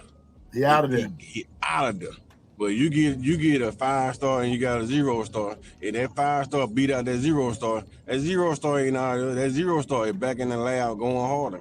Yeah. In Yep. the film room, studying harder. He working on his craft, getting better and better and better. So when that 5-star out of here 2-3 years, in my senior year, I'm about to get my shine on. And you know what? And that's why, to a certain degree, and you know, I it's hard for me to put this into because I have my own opinion about it. But when people say that, I was listening last night to a particular broadcast, and they were talking about Ty Simpson, and they used the term "waiting his turn." I don't look at it that way, that he waited his turn. No, he had to earn his spot. He didn't just wait, and he had to grow. He had to grow. Because it's mighty funny that Ty Simpson had to wait his turn, but Ryan Williams came in as a freshman balling. You see what I'm saying? Want to know the difference here? Ty Simpson come from a small school in Tennessee. He was a small school 5-star. He wasn't a big 6A school power. He ain't a 6A power school 5-star like Ryan Williams. Ryan Williams is one of those can't miss prospects coming out of high school. Everybody knew that Ryan Williams was Ryan Williams coming out of high school. Ryan Williams in 9th grade, man, was doing things that couldn't nobody do. Facts. 10th grade year, Ryan Williams is Mr. Football. The first time ever in the state of Alabama. 11th grade year, Ryan Williams is Mr. Football. Right. Back-to-back Mr. Football. If he had played this senior year, Ryan Williams would have been Mr. Football 3 years in a row. That's a can't miss high school kid. Ty Simpson was a damn high school kid that Nick Saban diagnosed. Nick Saban realized that the kid was a coach's kid. He needed a quarterback that be able to come in and sit back and relax and wait his turn like Matt Jones. That's what Nick Saban was looking at with Ty Simpson. He brought in all the other quarterbacks, Bryce Young of the world. He had all the star power he needed. He needed a developmental player. Somebody don't come in and push. Ty Simpson was a 5-star. Jalen Miro was a 3.5-star until Nick Saban offered him and he became a 4-star. Miro beat out Ty Simpson. Why? Because Miro come from Katy, Texas, in a power school, one of those 7A power program, and Ty Simpson come from a Tennessee 1A program. It's a different type of environment you're playing, different type of personnel you're playing. Ty Simpson got to shine on with the underclass in Tennessee. Miro got to shine on in Texas. Miro beat him out in every aspect of football, except the drop back pass aspect. Athletic, bigger arm, way faster, way stronger. His processing the game was way faster. So Ty had to sit back and learn football on a high level because he played it on a low level in high school. It just took him a minute. Now he understanding, and you can still see it's basically his senior year, red shirt, junior year, his senior year. You can still see when they start changing coverage, it throw Ty off. He get nervous. If he put a guy in motion and the defense don't move, he like, oh snap, they run his zone. You could diagnose zone at 20 seconds, but you wait till the play clock get down to 10 seconds. Now you want to diagnose zone. It's taking the boy a long time to process still because he come from a small school. But the talent is so damn unique. His arm talent is unique. His ball placement is so unique. And the way the way he matriculates the pocket is kind of like Tool and Bryce Young type elite. So he had everything you want in a quarterback. He just process shit a little bit slow. He'll be a first round draft pick because he had all the tangible that the NFL looking for. If he just speed up his clock a little bit, the boy be unstoppable. All I said was Grub should take the damn 10 seconds. When he get down 10 seconds, he can't make no checks. Just roll with what you got. Take a damn 1 yard play. Take a damn 0 play. Just don't get in 10 seconds and now you got to call time or take a 5 yard penalty. I'd rather lose 1 yard or gain 1 yard and take a 5 yard penalty. Exactly. You behind the sticks. It's hard to get that. It's hard to get that 15. It's not that hard to get 10. I mean, it's still hard to get 10 yards at a time, but it's damn near impossible sometimes to get them 15 yards. That 15 yards is hell in football. Yeah. It is not easy to get, but I'm gonna say this too, Coach. It's easy to lose 5. You know, you got the 10 to start with, then you turn around and lose 5. That's real easy when you're not processing quick. Yeah, so I'm with you. You gotta diagnose football fast, man. You gotta diagnose that crap fast.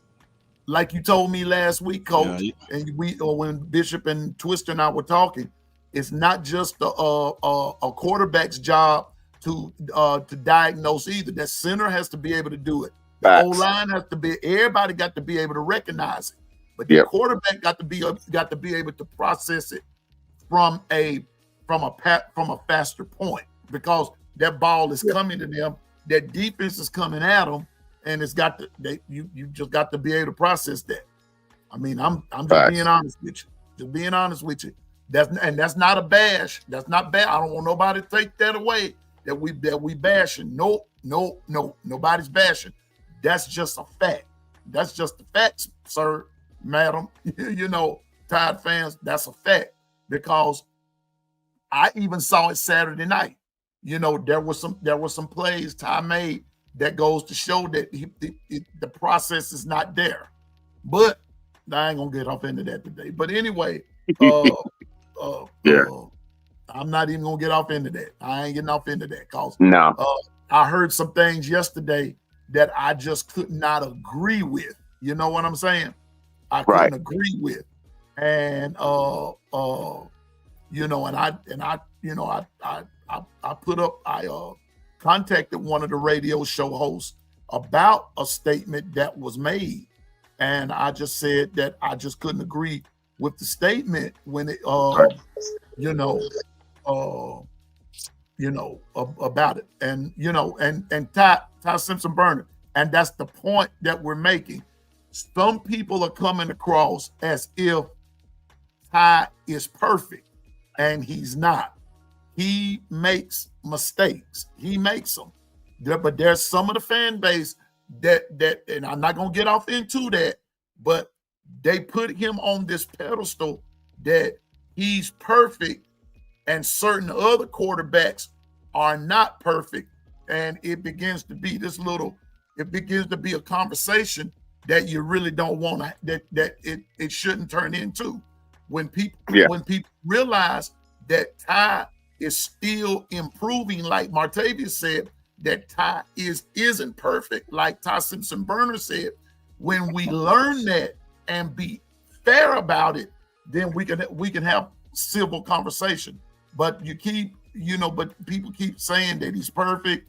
He doesn't do this. He doesn't do that. He doesn't do the other. But for those of us that actually watch the game and know the game and everything, we see what's what. I'm just saying.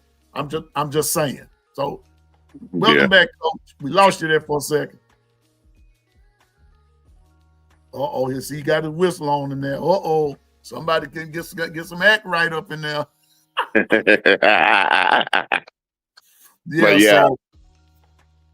But no, coaches, what you're getting is the a bird's eye view of the truth of what's going on in these streets now, and being able to develop a strategic team that's ready to win.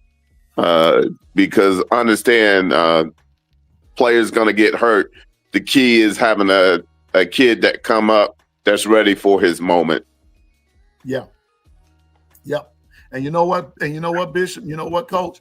And Coach brought up an interesting point, and I wanted to add to it. The rotation of that O-line, I might not agree with it, but it makes perfect sense. But here's the catch with that too. All those guys that are rotating don't just play one position. Some of them play the guard, some of them play the tackle, but they're also played on both sides of the ball.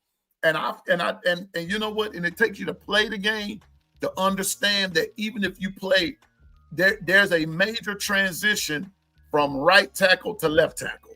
Major transition.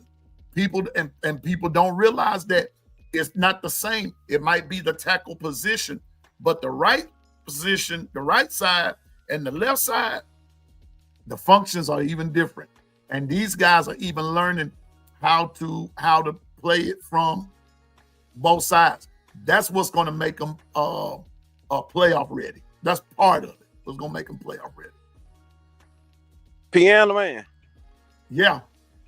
Who do y'all have in the SEC championship, and how many teams do y'all think will be in the playoff contention from the SEC? Give me your top 4 SEC schools for playoff contention, and who you think will be in the playoff according to their record and the way they are playing as of right now. All right, here you go. Go ahead, Bishop. I'm gonna let you go first. All right, check it. Definitely Bama, Georgia, and then from there,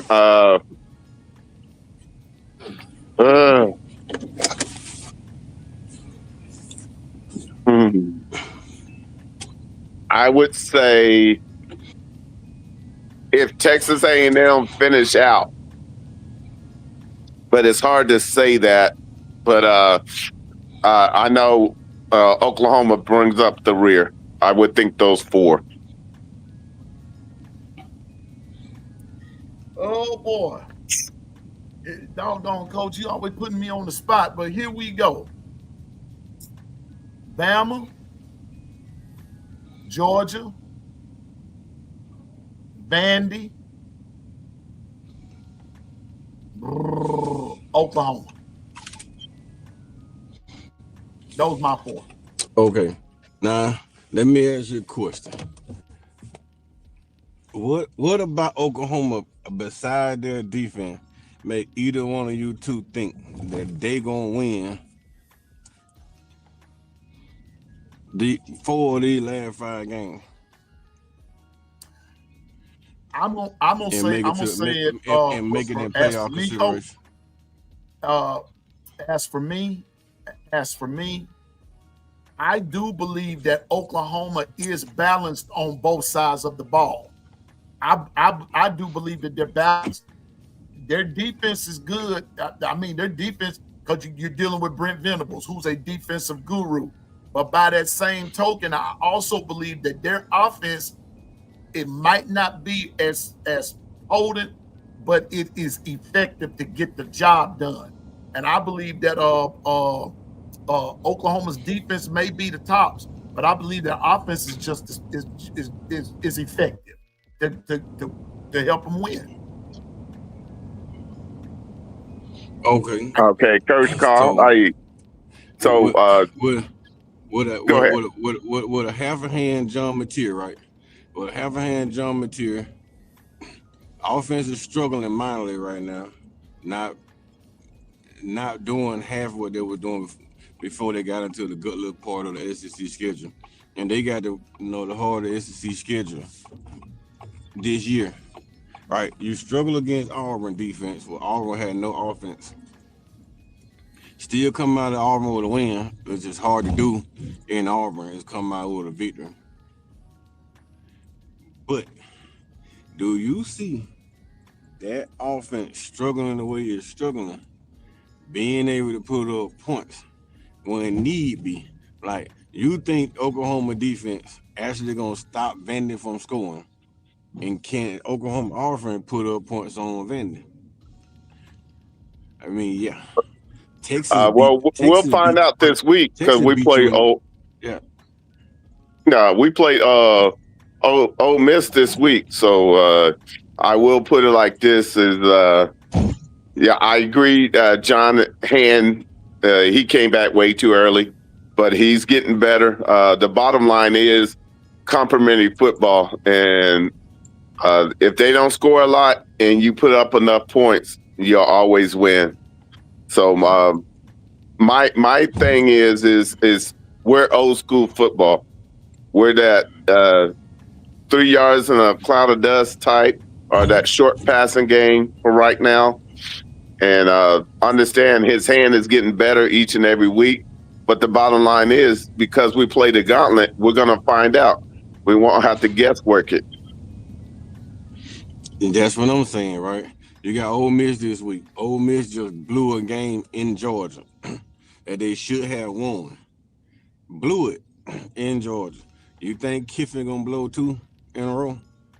Kiffin is trying to make the playoffs, man. I don't know if Oklahoma survived this week. If Oklahoma doesn't survive this week, their playoff chances are basically done unless you beat Bama.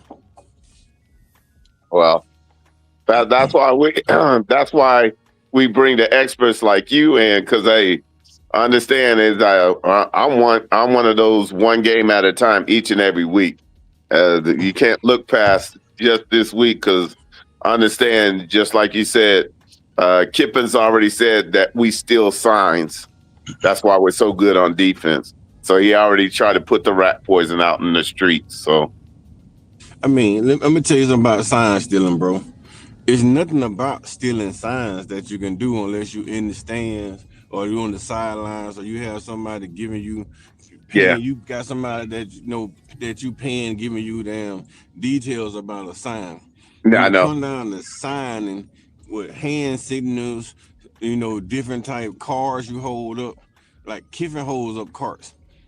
You watch your car, Kiffin holds up, and then you watch it play.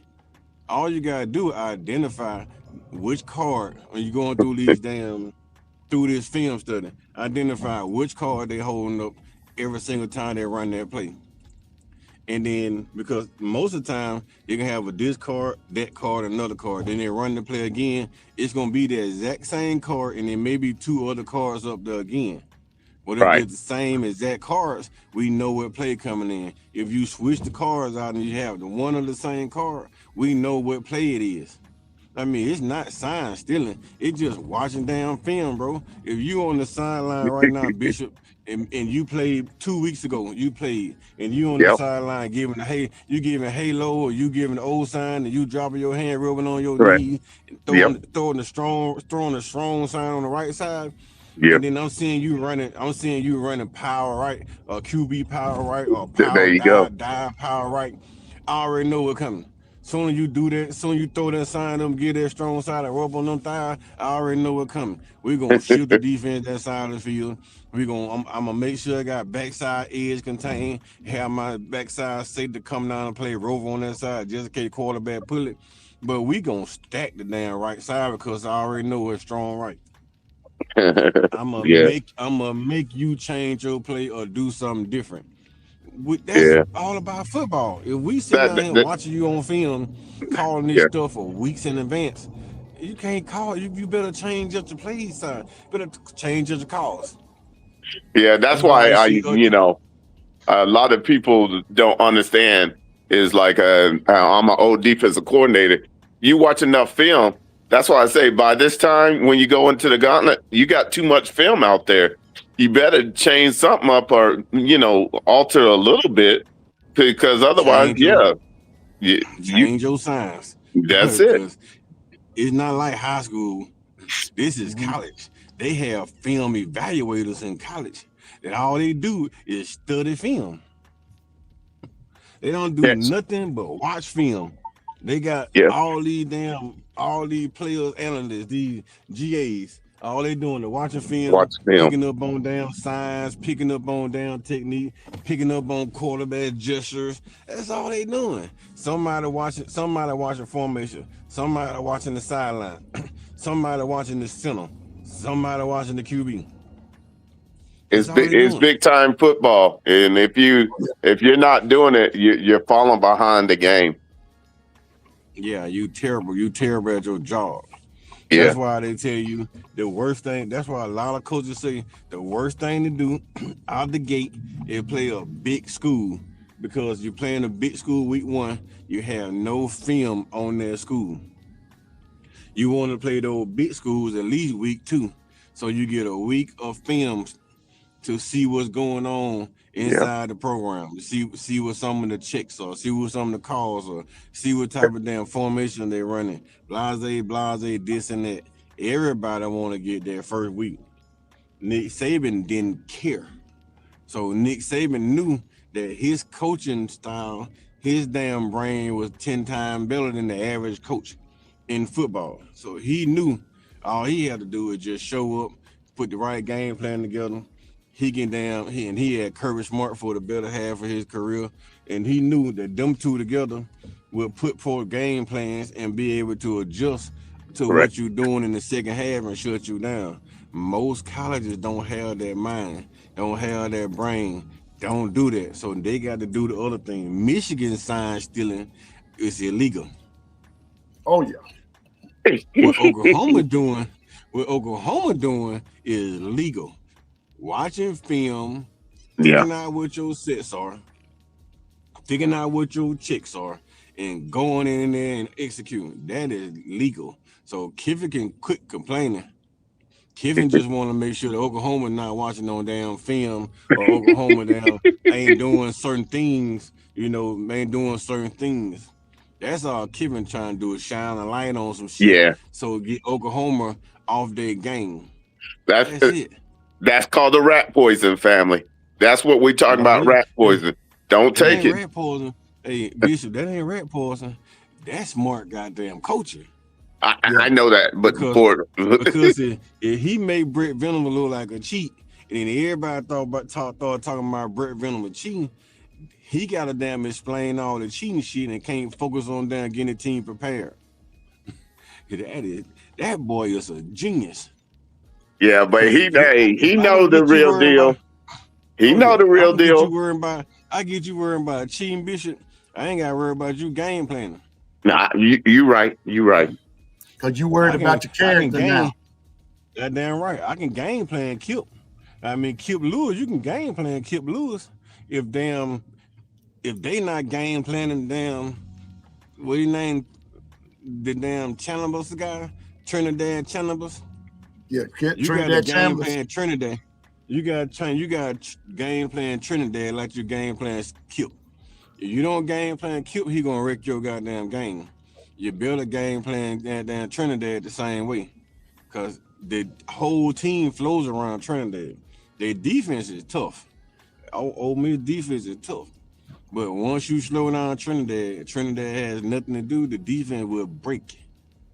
But you gotta stop the offense to break the defense. And you know what, They Coach? gonna make sure that Kip Lewis make no plays. I'm telling you. And Coach, on that note right there, on that right there, that's how Georgia beat Ole Miss. With that last statement that you just made, they slowed down Chambliss. They had to.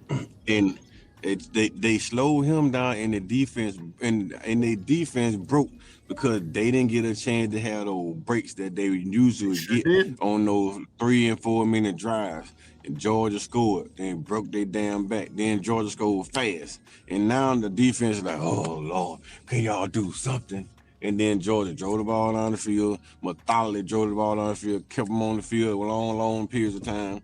Ole Miss don't have the depth as other program does. And that's why I'm telling you, man, that's why my brain keep telling me as soon as this season over, Ole Miss, Lane Kiffin is out of here. I see Lane Kiffin going down to Florida in 3 years from the day. Mark my word. If he take that job in Florida 3 years from this damn day, you're gonna be having Florida gonna be in the playoff contention. Florida gonna be undefeated. Florida probably gonna win the national title because he gonna get everything he want in Florida. Every recruit he want out of the state of Florida, and every recruit he want out of Georgia. He gonna get some of them guys out of Alabama and Texas and California to mix with it. He gonna go up the East Coast and in the Midwest and get those power hitters on the offensive line. And you watch Lane Kiffin. He gonna have the Ole Miss damn recruits mixed with them Florida recruits, and that son bitch gonna be unbeatable. Mark my word now. So you think that the governor's saying, or is Lane looking at the Florida job? That's why I put that up there. Shit, I don't even know if he's looking at the Florida job, but you can look at Lane's face. Lane seen that he had all the talent in the world to beat Georgia. He had Georgia beat. He ain't had the depth to finish off Georgia. And he started weighing on Lane conscious. When Lane was on that sideline looking like, I can't do this shit here. Like, he like, I can't do this shit here. That was on his damn head. Throwing his hand up, walking down the sideline like he was pounding like, I can't win here. I done everything I can here, but get over the damn hump on some of these big games. Lane is out of here. If Florida come up with that right dollar sign, Lane is out of there. So since we sort of slid on into that, so let me throw this at you. This for both you and Bishop. So to be Lane Kiffin, you think, instead of James Franklin? I think James Franklin gonna end up in a place like Ole Miss. Lane boat, James Franklin being Ole Miss. So they'll probably take Franklin to replace Kiffin. Or, Franklin end up Texas Tech. Some one of those vacancy, man, that he can just go out there and revitalize the program. They'll take Franklin and Ole Miss to Kiffin boat because they'll have a proven coach in Ole Miss to keep the program running. May not be the same caliber program with Kiffin, but it won't fall off as bad on the Franklin than it would anybody else. So I think he'll end up in that direction. I don't think Auburn gonna get rid of Hugh Freeze, period, because out of all the big name coaches out there, I just don't see it. I see Billy Donovan probably end up at Penn State. If Billy Donovan don't end up at Penn State, they'll go get Matt Rule. If they don't get Matt Rule, it'll probably be Donovan, because Donovan will probably get anything he want up that way, Pennsylvania, the East Coast area. The man can coach, he just wasn't getting the right talent because he didn't have the right staff. It'll end up being places like that. Some of these schools gonna swap coaches, and these coaches that got fired, they all gonna pop up and swap different programs in the same realms of the school. They're not going outside the realm trying to bring in new head coaches, unless somebody trying to get Ryan Grubbs or Garrett Riley or somebody like those. Some of those young coaches that putting up numbers and producing as young coaches. They'll probably go out there try to get some of those younger coaches and rebuild a program, try to start over new. But other than that, I just don't see them doing it. I just think that they're gonna just go in there and just recycle all these coaches that just got fired and try to keep everything moving. The only one I just don't see getting a major job right now is Mike Gundy. Mike Gundy. I think he probably the only one that won't get a major job, and Mike Gundy. Everybody else, I think all the other damn coaches that got fired would get another job. Yeah. Okay, go ahead, Bishop. Now, what I was gonna say is, don't forget about Coach Gruden wants to coach in the SEC. So that's another name. Don't know about. I mean, whoever go out there and try to get John Gruden will be a damn fool. I just be honest with you. They'll be a damn fool. Yeah, I know. Be a damn fool. Gruden is an NFL guy, but Gruden ain't won nowhere he been besides Tampa. And the only way he won in Tampa because he had Tony Dungy down team. He had Tony Dungy team and Tony Dungy staff. Outside of Tony Dungy team and Tony Dungy staff, that man hadn't done shit. Excuse my French, piano man. It irritates me when they be talking about John Gruden. That man is not a damn good coach. Everywhere he done went that he had to build a program on his own, he sabotaged it. He destroyed these folk damn businesses. That's why his ass is sitting in the house now begging for a damn college team. That man ain't built for coaching. He just a white boy that knew a little something about football, got an opportunity to replace Tony Dungy after they fired Tony Dungy for no damn reason. He took that Tony Dungy team, that Tony Dungy staff, and they won a Super Bowl, and he ain't done shit since. Because if he was any type of coach, he could have won 2 Super Bowls, at least 3 in Tampa. With that team they had, with all those Hall of Famers they had, with that coaching staff he had, tall boys and all them folks on that coaching staff, all them boys on that coaching staff that Gruden had the damn whole coaching staff of damn NFL head coaches at some point. How could you not win more than 1 Super Bowl? Right. It has nothing to do with Gruden. And Coach Carl, when you put it that way, when he goes into Tampa, that was a given. That was a given to win the Super Bowl. Yeah. That was a given. That was a setup. That was a layup. It just like damn Mark Jackson and Steve Kerr. Mark Jackson drafted Steve Curry, Klay Thompson, and damn Draymond Green. He trained them boys, built them boys up. They made the playoff 2 years in a row. They didn't get over the hump because he had to play against Kobe. Kobe knocked you at the playoff. They fired Mark Jackson, go get Steve Kerr. The year that damn Mark Jackson probably would have won the damn NBA championship anyway. You hire Steve Kerr win the championship, and then Steve Kerr is this big time great coach. How you so great when you ain't build a team? All you did was took over a damn team that Mark Jackson built. And then you get all the credit because Mark Jackson had a 3-year Steph Curry that kept breaking his damn ankle. And then year 5, Steph Curry ankles are healed and Steph Curry playing the lights out of basketball. You fire this guy, hire another guy, then the guy win the damn championship. And now this guy is better than that guy. And this guy got 4 championship and this guy hadn't got another job yet. Facts. Make it make sense. Hire Steve Kerr, this big time coach that only win the Super Bowl, only win the championship because you have Steph Curry, one of the top 5, honestly, to me, one of the top 5 NBA players in the history in the NBA. Because you got MJ, which is the GOAT. You got LeBron and Kobe, and then you got Steph Curry that changed the game of basketball forever. Because everybody want to be a Steph Curry. You don't hear nobody talking about they want to be LeBron James. Everybody outside that 3-point line trying to be Steph Curry. Everybody. You got kids in the middle school, kids in elementary school. All they want to do is shoot long range bombs like Steph Curry. But yet and still, Gruden, Steve Kerr in the same damn boat. You took somebody else's team that they built and you won championship with it, and now everybody think you the hot topic. He got the job at the Raiders. He bushed the damn Raiders down franchise. Their franchise been in the dirt ever since he took the job. Ever since he left. Ever since. Hey, it was in the dirt while he was there. Well, hey, look What here, did he it's do? buried now. Yeah, I know. He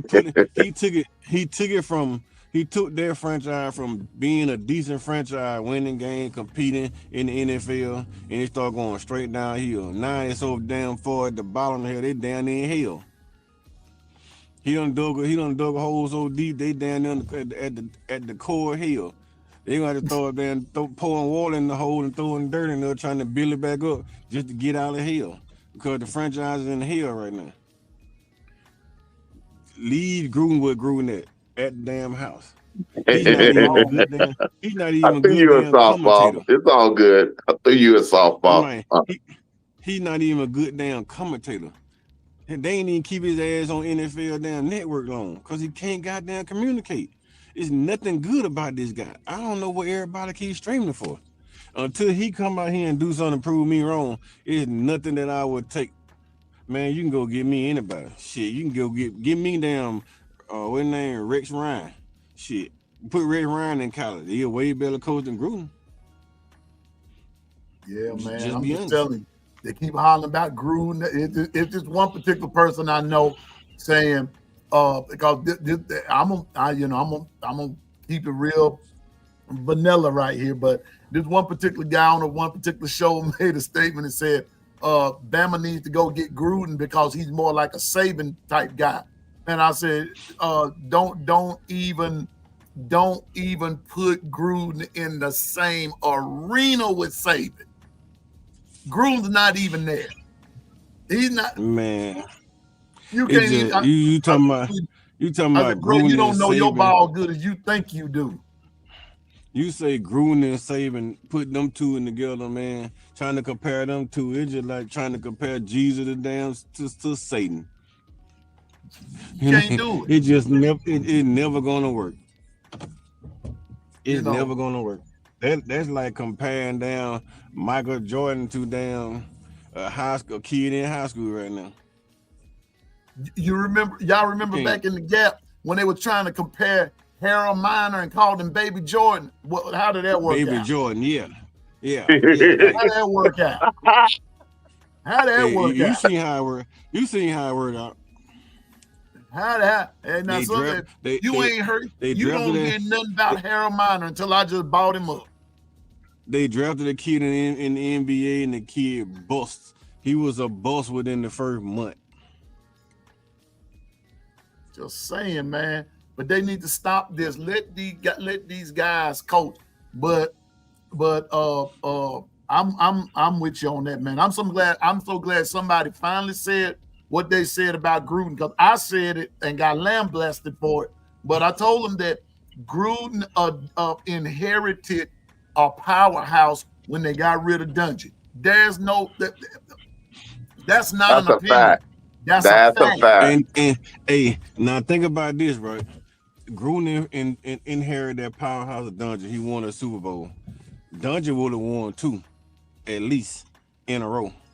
Dungy He built left. it. Go Yeah, to he go to built it. Indiana. He went to Indianapolis Colts and took a nothing team and built them into a Super Bowl contender. Won a Super Bowl with Peyton Manning.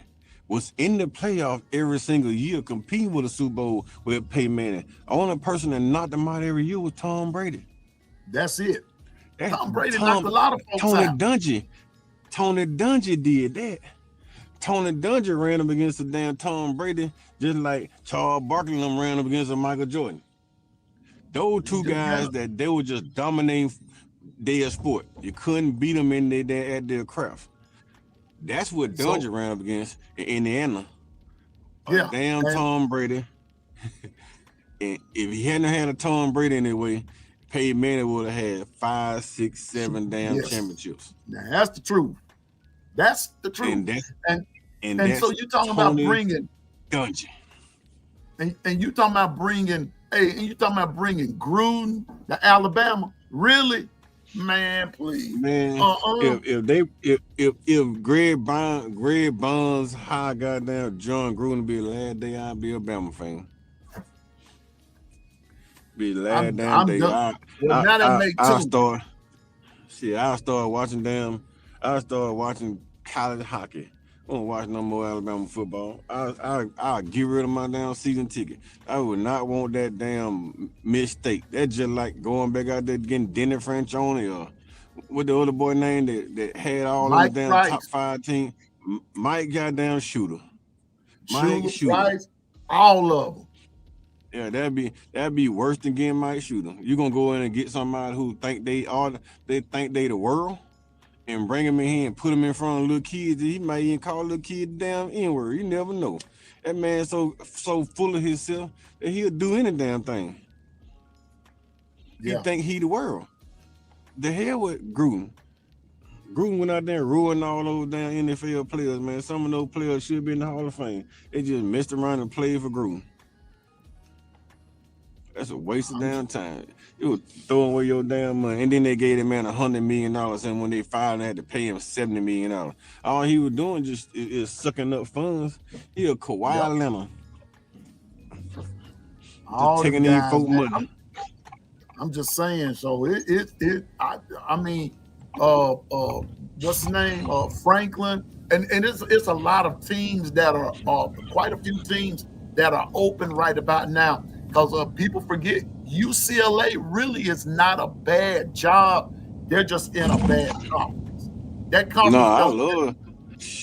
It ain't in the conference. UCLA, if I was a college coach, give me that job. I'm gonna just be honest. They ain't winning. So there's no stipulations on. You gotta come here and win. All you gotta do is come here and start building a program and start showing these. They'll give you 5 years. Yeah. You just don't want to go from winning to losing. They losing now. They know they're in a rebuild state. They're going to hire a coach that's willing to come in there and rebuild it. Recruit hard and rebuild it. If you don't get recruits coming in out of California, Oregon, and in that West Coast area, you continue losing all your recruits, you're going to continue losing. Yeah. You can't go out there and lose your number one player. Your top 10 players out of the state of California cannot all leave California. Right. That's the I see what you're saying, California Coach. teams. They top 25 players in California don't stay in California. Like Oregon, Washington, Alabama, Georgia, Florida schools, Ohio, they getting the top 25 kids out of California every single year.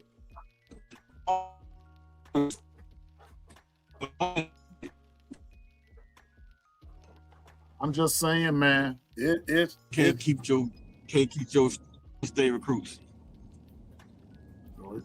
So like I said, it's really not. It's not a bad job. But if they were going to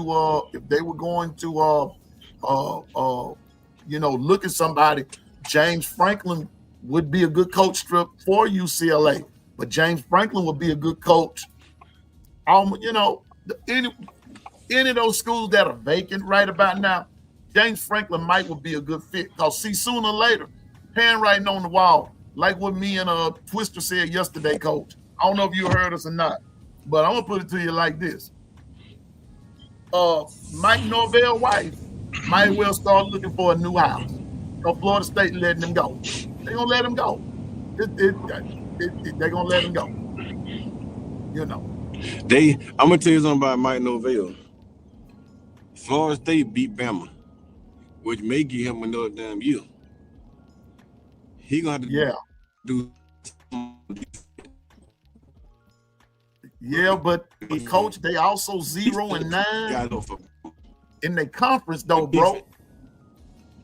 Yeah, but I'm saying the defense is coaching, the offense. Gus got up for Bama. Defensive staff got up for Bama. Nobody else. They didn't get up for nobody else.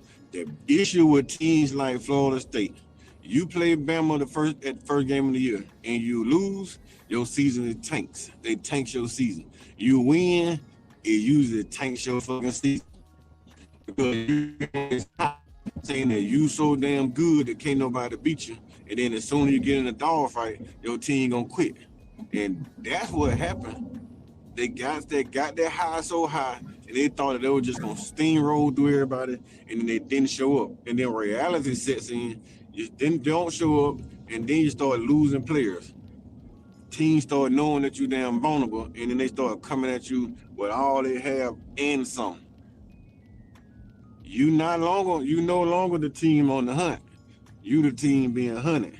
And we all know that old saying, it ain't no fun when the rabbit got the gun. Rabbit got the gun. The gun. That's a true statement. Got that It's right, all man. good when you got that gun hunting rabbits. But what happened when you run in there and that rabbit turned into a bear? It ain't no fun when you sneaking around and then boom, here go a bear come around the damn tree. It ain't no fun, man. Florida State was the hunter, and then they became hunted. Miami was the hunter until they became hunted by Louisville. When you being hunted, it's shit different. Now Bama's on the hunt. That's why a team catch hell with Bama. When Bama get complacent and then they be goddamn the one sitting back being hunted, it's gonna be a different type of ball game. Vandy is hunting. But Vandy came to Alabama and Vandy ass got hunted. That's the difference. Every time you somebody line play Vandy is hunting. Until you start getting hunted and then people start playing their ass off. Bama is always gonna be everybody goddamn Super Bowl because Nick Saban built a program that everybody around the world, you had college teams over there across seas talking about we want Bama. You don't hear nobody, no other team in the country, nobody holding up sign ever that said they want Georgia, they want Auburn. It's always we wanted Bama. And now Bama starting to win again. Those signs gonna start coming back up. We want Bama signs about to start popping back up. Heard it here first, folks. I said it. You ain't read a sign nowhere that said we want Slippery Rock. To piggyback what you said, Coach Paul, even down there in Roman, down in Roman, Italy, they were screaming "Roll Tide" and "We want Bama" around the world. Yeah, we are known around the world. It ain't just the country, the world. Man, I was watching the damn high school game, man, about 4 years ago, and they had that kid coming out of California, coming out of Canada, a talented damn defensive end coming out of Canada. Man, they had a damn sign and stand said we want Bama in Canada at a high school game. Ohio State is probably the most dominant team in the last 2 years, maybe 3. I ain't never seen a damn sign say we want Ohio State. No. Man, we became a god to them, like a myth or aura is not going to be extinguished. Alabama put fear in these people's eyes for nearly 2 decades, Coach Carl. And even though Nick Saban is not there, that aura is still there. We're still lingering.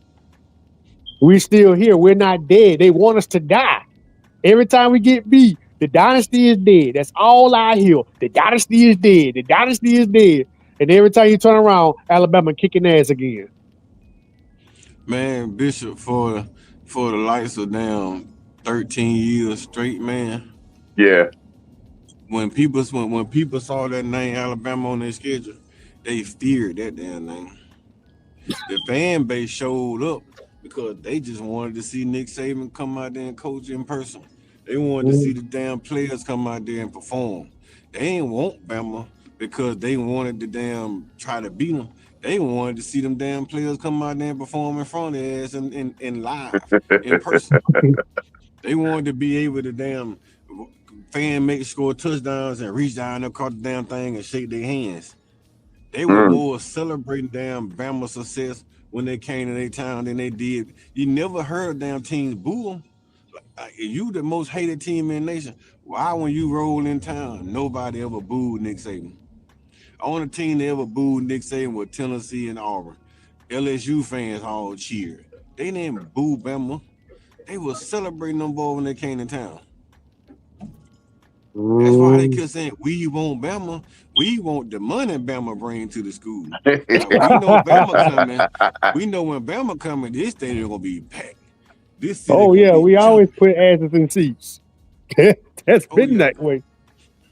This city Yeah, gonna we be appreciate jumping, man. you. We're gonna have more people in this city than we ever seen in our damn whole career. This school gonna be electrified coming around all week long. This school gonna be electric. They're gonna have so many parties going on because Bama coming to town. Man, you know how much money them schools made when Nick Saban was bringing them Bama teams in there with all these damn NFL prospects. That's why they wanted Bama. Hell, I wanted Bama in Germany. Shit, I guarantee you, I go to Bama right now with a whole other sign. We want Bama. Bring your ass over here in Germany to play so I can make me some millions. It's been the case. Why you think these other schools like the so-called cakewalks, they don't want to just play with the beater, they want some of that money. They want UAB, that money. yeah. It's a Southern money Miss, thing, Hattiesburg want some of that money. Yeah, They want It's that a money money. thing. It's money. yeah. They want But that then for money. the prestige of Bama coming to your school to play you, you know, and everything, and you know, it's going to bring in revenue even for that city. It goes beyond just the school. It Oh, goes to the whole town. You know, the whole it's damn, the whole town, the whole city. Man, whole you bringing city. in money. it I mean, breaks you in money. bringing, you bringing in a Bama is lot of bread, dog. Bama brings in a whole lot of cheddar. I mean, when they come to town, whether the schedule is, whether the record is good or bad, mid or whatever, when you say it's Alabama, here they come. Here they come. Look at last year. Look at last year, man. We was already in the funk, right? We played Tennessee. Already in the funk. We go to Tennessee. Tennessee had a record crowd. They sold more tickets than they ever sold ever. They had people standing outside watching the game on TVs. Yep. Yep. Vanderbilt sold out crowd last year. Record selling crowd. Everywhere Bama goes, man, that name is just it's a money grab. It's a money That's grab. why you want them.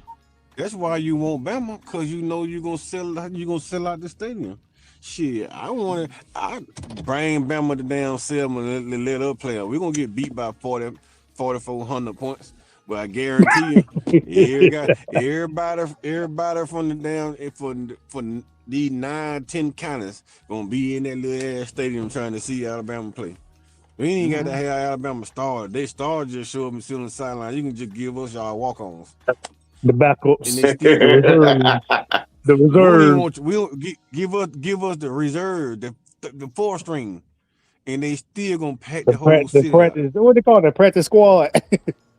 Yeah, give me the practice squad. The practice squad, yeah. You give me the And practice get what? squad. And you still gonna have 200,000 or 300,000 folks in that little ass city. I'm just being real. Just In be your how it goes, man. in your city. You can't draw that crowd like that. Georgia ain't gonna draw that crowd. They may come to see Kirby, but there won't be no 200,000 or 300,000 folk coming to see Georgia. They know Kirby coming on a business trip. He coming to kill your ass. Nick Saban coming to entertain your ass. Kirby ain't Nick Saban. Nick Saban built that program back to where Bear Bryant had it and made it way more popular than back in the days. Yep. Bear Bryant never had them folks overseas talking about wearing Alabama shirt. Nick Saban had folks overseas wearing Bama shirts, man. They still got Bama gear overseas. Nick Saban made Bama so popular, man, that didn't nobody like Bama but Bama fans. That's the truth, man. Boy, Scottish, Coach Carl, Italy, even Coach Saudi Carl. Arabia. Coach Carl, Twister, and Bishop. Let me tell y'all something. I'm one of the most hated men right now in my area.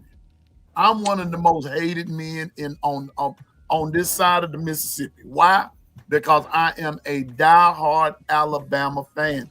Even when I'm getting ready to speak somewhere and they bring that up, folks boo me. They boo me. They boo me. I'm serious as a heart attack and 4 strokes. They boo me. They boo it. When I'm getting ready to bring a message and everything, listen, I can't get, once they find out, and don't bring up and we forgot to tell you, he is a Bama fan. I can't get an amen no more. I can't get one. You may as well, listen, you may as well say, when you bring up Bama, they could say, well, he's an Ole Miss fan, or he's a Jackson State, or Alabama A&M, or Valdosta State, or Mississippi State. Anybody, Mississippi State. Look, it can even be Millsaps College if you want it to be. You can get an amen, brother, amen. They're gonna tap, they're gonna clap. The moment you say, and he is an avid Alabama Crimson Tide fan, here they come. Boo, boo. Ooh. He's that. This goes on in church. That's how much Alabama is literally hated. I'm telling you, they are hated. Well, watch this. But I guarantee you, let Bama come to town or somewhere in the remote vicinity. Them same folks that were booing, they going to see them. They're gonna be showing up. They're gonna be showing up. Bishop, y'all don't have that problem. Only time y'all get booed, Oklahoma State and Texas. Anywhere y'all go, they cheering for you. Y'all come down here to Tuscaloosa, Auburn, Georgia, Tennessee, shit, LSU fan. They betting on Oklahoma. They cheering for Oklahoma. I hear you. We go anywhere in the country. The whole damn other fan base cheering against us. Can't stand us, man. We don't go out here and cheer. We ain't rooting against Oklahoma. We ain't rooting against Texas. I don't give a damn if Texas lose all their goddamn game. I don't. I wouldn't. I'm not gonna bet Oklahoma. I didn't even pick Oklahoma to beat Texas because I wasn't gonna pick Oklahoma over Sark, Alabama coach. So we're gonna do that. I'm not gonna root against damn Texas. I don't give a damn about Texas. The only time I care about Texas is when they line up in front of the Tide. You line up in front of the Tide, I want to beat your damn head in. You ain't playing Alabama. You play anybody outside the SEC, and you ain't playing Bama. I'm cheering for you. Let's go Oklahoma. Shit, let's go, got Oklahoma. Hey. I we know. Hey. Trust me. There's no ifs, ands, or buts about it. That the standard has already been set, and we know what name was on it. So yeah. And there's no doubt, hey, there's been times we have played before and everybody gave us no chance against Bama. And that's all we heard is Bama, Bama, Bama. And it's just like, y'all beat us. And sometimes what happens is a lot of people don't understand. It's a money grab because what it is, these constituents and these people, they build for the game. That's how they make their money, is they build for the game, and don't matter who win, lose, or draw, they want to make their money, so they're gonna promote for it. So hey, it just comes with the territory. Think about this, Bishop. When y'all played us in the Orange Bowl, we had damn near our whole defense and half our offense set out the game because they were getting prepared for the NFL draft, and y'all knew it. And their Orange Bowl still sold out. Yeah, exactly. They came to watch the backups play against Oklahoma starters. And damn, what that boy named Travis Knight boy had a damn field day. He sure did. Set our asses on fire. Look, and then the next year, Baker came in. And it still was a good game. Yeah, it was. It was. And y'all played as our backups. Hey, that was after that kick 6 game, right? Yeah. 2013, Lord Jesus. And the crazy part about it, and that was still one of the most watched games of the College Bowl series. It was the second most viewed game of College Bowl series side in that championship game. Yeah, no doubt, bro. That script A bring in the media, it bring the fans, it bring in the revenue. It's just that name. When Alabama is off that shit, like them Doug Shooter years, Mike Shooter years, when Bama was done and everybody knew their ass gonna get beat, they were still bringing the media coverages, but they didn't bring in their revenue. That's when Bama was on them down years, and then Tuberville was Probation dragging our year. ass through the damn mud. Tuberville dragging our ass through the mud, beating us like we stole God's supper. Man, freaking 6 straight years. I know it, man. Yeah. And see, and Tuberville was the business when he was at Ole Miss. See, it's a pattern with Ole Miss and Auburn. I mean, with them Ole Miss coaches in Auburn. They got Freeze, Mr. Freeze there, as Twister would say, and all that good stuff. But he's not having the same effect on Auburn as Tuberville did. It's not the same thing. No, I'm gonna tell you, Auburn and Tuberville years, man. Tuberville didn't have no type of effect. Bama was on the decline. Mm-hmm. Auburn had a good year, and Auburn started getting all the recruits. And because Shooter wasn't a good coach, the players didn't go to Bama. They went to Auburn because they wanted to stay inside the state. So instead of going there playing for a sorry coach that didn't know how to develop, they went to Auburn because Auburn had the staff around Tuberville. Tuberville wasn't no damn good coach. He just had a nice ass staff around him. Tuberville was an asshole. You could talk to anybody that played for him. Talk to all of them folks that played for him. Tuberville was an asshole. He was very damn disrespectful. He was saying shit to kids that they'll tell you now that they wouldn't say back then. He was being very nasty with them kids. He was using the N-word, and like he was being very disrespectful to kids. But kids didn't say nothing because Auburn was putting them in the NFL. So they were just suffering through that crap. That's why you see a lot of kids, man, that played for Auburn back in those days with Tuberville won't go back to the damn program and won't give money back to the program because of Tuberville. Tuberville always been that type of folks. I've been hearing this crap, man. I heard this shit from a lot of folks now. You know, I've been around the circle for a long time. A lot of my family members played NFL football. If you go in there and look up any name Jenkins, my granddaddy, whole family side Jenkins from Alabama through all the way through Ohio. There's a million of these Jenkins folks. Oh, for sure. 45, 50 down Jenkins players in the NFL. Some of them that wouldn't even go play for Tuberville because of that word. Yeah. They always said Tuberville's a nasty guy. He'll bring you in there, try to recruit you. You be like, well, I'm on the friend. Well, you can go on up there. We don't need like your kind down here. You know, like that, your kind. If you're not an Auburn guy, you can get the fuck on out of my office. Like, they all said they said Tuberville was a nasty guy. It was other coaches on his staff that kept them teams together.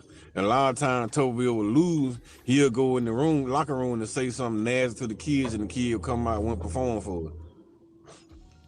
And they talk about what Alabama did. They talk about the University of Alabama and how racist and stuff over there, but nobody will say nothing about Auburn.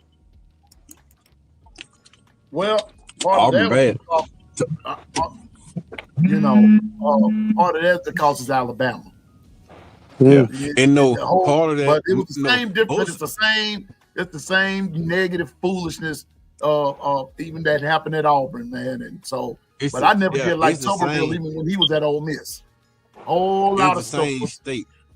Same it's state. the same state, man. Only thing you say about Alabama, only problem was Alabama was Brian. You had Bam Bryant up there at the top of the mountain, winning championships, and Governor Wallace ran up there and stood on the Capitol saying that they were not letting in the black folk block the interest. Yeah. So that's when Bama became the leader of racism in the state of Alabama. It didn't happen at Auburn because Auburn wasn't on the top of the mountain. If Auburn was on the top of the mountain, Wallace would have went down to Auburn too and stood on that step. He didn't do that because Auburn was at the bottom feeders. They only did it because Bama was at the top. They didn't do that to nobody else but the top tier schools. They didn't do that for the bottom feeders. That's why Bama is known for that. Yeah, all the schools. That's what the governor was saying. All of them was doing it. Mississippi, Indiana, Montana, Maine, everywhere. It was all. They were all guilty of it. They were all guilty. Yep. And so Everybody except the California school. California school started it. right. California starts a lot of crap that goes on in the United States. California started the damn immigration, which is a very positive thing. Then Bear Bryant wanted to do it. They didn't want that to happen, but he did it anyway. Right? Then everybody else started integrating schools because of the athletic portion of it. They wanted the talent, so they had to integrate the school to get the talent. Then you start seeing California start going with this, all the other stuff, the gay rights, the dang, the ecosystem. They started talking about electric vehicles and climate control and all that. California set the precedent for a lot of stuff that goes on across the world. Most of everything I done seen in the last 30-some years of my life, it all started in California. Yeah, All the waves of the world started on the West Coast, and it trickled all across the East. That's why when you start getting in the middle of Central with the conservative side of it, they don't want to do it because they didn't create it. Like when you get into the conservative people, they start tripping on a lot of stuff because they didn't create what's going on, so they don't want no parts of it. right. Same thing happened with integrating schools. Being that Bama was the first state to do it, they didn't want no parts of it. So that's how it goes. They usually go from California to the East Coast, and then they start migrating their way into the central part of the country, where people just don't want to damn mix their views with everybody else's views. And then that's why you start having all them damn issues, man. And I had to learn this through college, man. And piano man, when you start getting into your capstone, you're gonna start seeing a lot of this stuff. They're gonna start bringing this stuff from the history from the East Coast and the West Coast and start bringing it together. And you're gonna start seeing in the middle where everything stops at, right here in the middle. You're gonna be like, dang. So these laws on the here, these laws on there, these laws on there, and then you get here in the middle, all the laws are different. Yeah. One thing that I learned, Coach Carl, in this, I'm gonna get ready to get up out of here, but I want to say this: that being a criminal justice major and you're learning about crime and like what Ty Simpson Burner just said about the BSs of what's going on. One of the things that I learned in looking for a job in my field, and one of the things that my advisor started telling me to do was begin to look for employment in the field that you're going into, so you become acquainted with what's happening. One of the things that I learned is that this here, and this is where sports comes in. I know, I don't talk about politics much, and that's not what we're talking about. We're still talking sport, but we're showing how vast this goes into. It spills over into other stuff. But one of the things that I learned is that when Coach Carl just said, and when you bring it all to the middle, when you take a West Coast and you take an East Coast, you take the North, you take the South, and you begin to convert, and there's a meeting of the minds in the middle. There's a reason that Coach Carl says that. And when you look at even in sports right about now, even in the sports world, in the world of college sports, pay attention to the middle part of the United States of America. Pay attention to it. It's all dead. It's all dead. I'm telling you now, pay strict attention. It's dead over there. It really is. Look at Texas. They tell you Texas got the #1 NIL programs in the world. Then it's California. Then you go to the East Coast. Then you coming back around. Everybody around this thing when it comes to NIL is paying way more money than when you get into the middle portion right there, from damn Missouri all the way down to Florida. The NIL gap is really goddamn. It's starting to get really big. Florida got money. Georgia got a little money, but when you start coming around, you still don't have that Texas. Everybody say, well, you ain't got that Texas oil money. Well, you ain't got no field night money. Oh, that's what they always say. That Texas oil money. You ain't got that Hollywood money. You think about it. That money over there, they spend money over there because they value their people's services over there. Once you get in the middle portion of America, they don't value your service that well. Now they trying to get to the point. They really trying to get to the point where they have to value these kids' services. So now you're going out here, like got these programs out here and trying to bring in this, trying to bring in that, trying to raise the NIL value for the middle half of them, in the middle portion of America. You got the three, just go into development threes, and you will see this first third got a whole lot of NIL. The second third got a little NIL, and the third half of it got a whole lot of NIL. And the difference is everything's in the middle shuts down because they don't believe in giving you what you're worth in the middle. Everybody else do it. You go look at California and look at the income in California, income in New York areas like that. When you get outside of the middle, look at the income rate. Income so substantially higher that they start raising the cost of living to try to keep your pocket low. So you still got to work every day. You can't get super rich. You gotta go to work every day, so they keep raising up the rent and all that stuff, trying to make you go to work every day. Make you suffer. You can't even enjoy your life and enjoy your place that you get. But when you come in the South, you got the same type bills with less money. Mm-hmm. Go out there to Washington State, Washington, Arizona, California, Oregon, New Mexico, Utah, Colorado, North, South Dakota. Man, it's a reason that there are underlying reasons people flock out there. But I'm telling you now, I'm just telling you, that West Coast, Coach Carl know what he's talking about. That West Coast, it's some money floating around out there for real. But now, it's amazing. Though, Coach Carl, when I looked at that criminal justice deal, I know we done varied off of sports just a little bit, but when I looked at that criminal justice deal out there, the jobs are plentiful. The jobs are plentiful. But I'm gonna tell you this though, but I wouldn't want to live out there. I don't want to live on that end of town. Hey, I was literally about to take a job out there in Washington. It's damn near the same thing I'm doing now. It paid $188,000 a year. Yeah. 188 a year. Wow. And then out there, you only work basically 6 months a year, because it's 3.5 days at a time. Working 3.5 days at a time. Man, for $188,000, I was literally about to move down Washington. Being honest with you, I found so many criminal justice jobs out there that pay in my field. But the problem was I wanted to be near my kids and my grandkids. But the issue was they were not there in specific areas. Yeah, areas. Yeah, they're in specific areas. They're not everywhere. They're in specific. But one end of California to the next one, all you got to say is, which one do you want? Yeah. I'm telling you, you think we lying, Bishop. Go on the internet and start searching jobs and criminal justice field on the West Coast.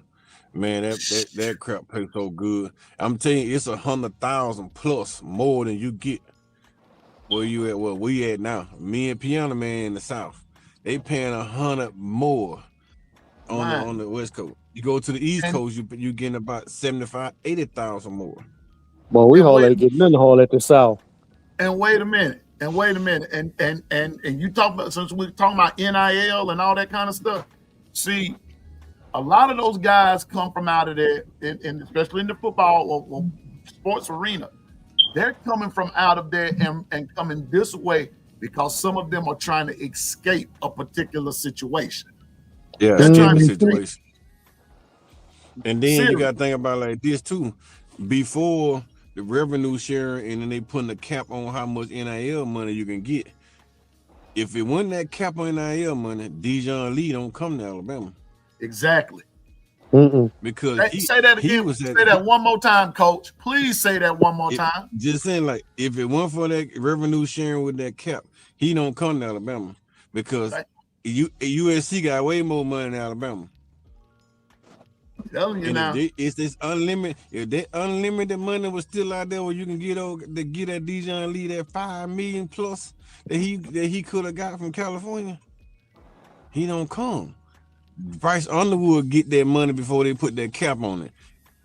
He had already had his NIL deal before they put that cap on it. Now you gotta go through the collective and they gotta prove your damn NIL. It's fair game everywhere. You gonna have some of those guys like the Texas of the world and the Oregons of the world. They can be able to offer you something that outside of NIL around like the shoe deals and all this other stuff that they can Ohio offer you. State the same way too. Yeah.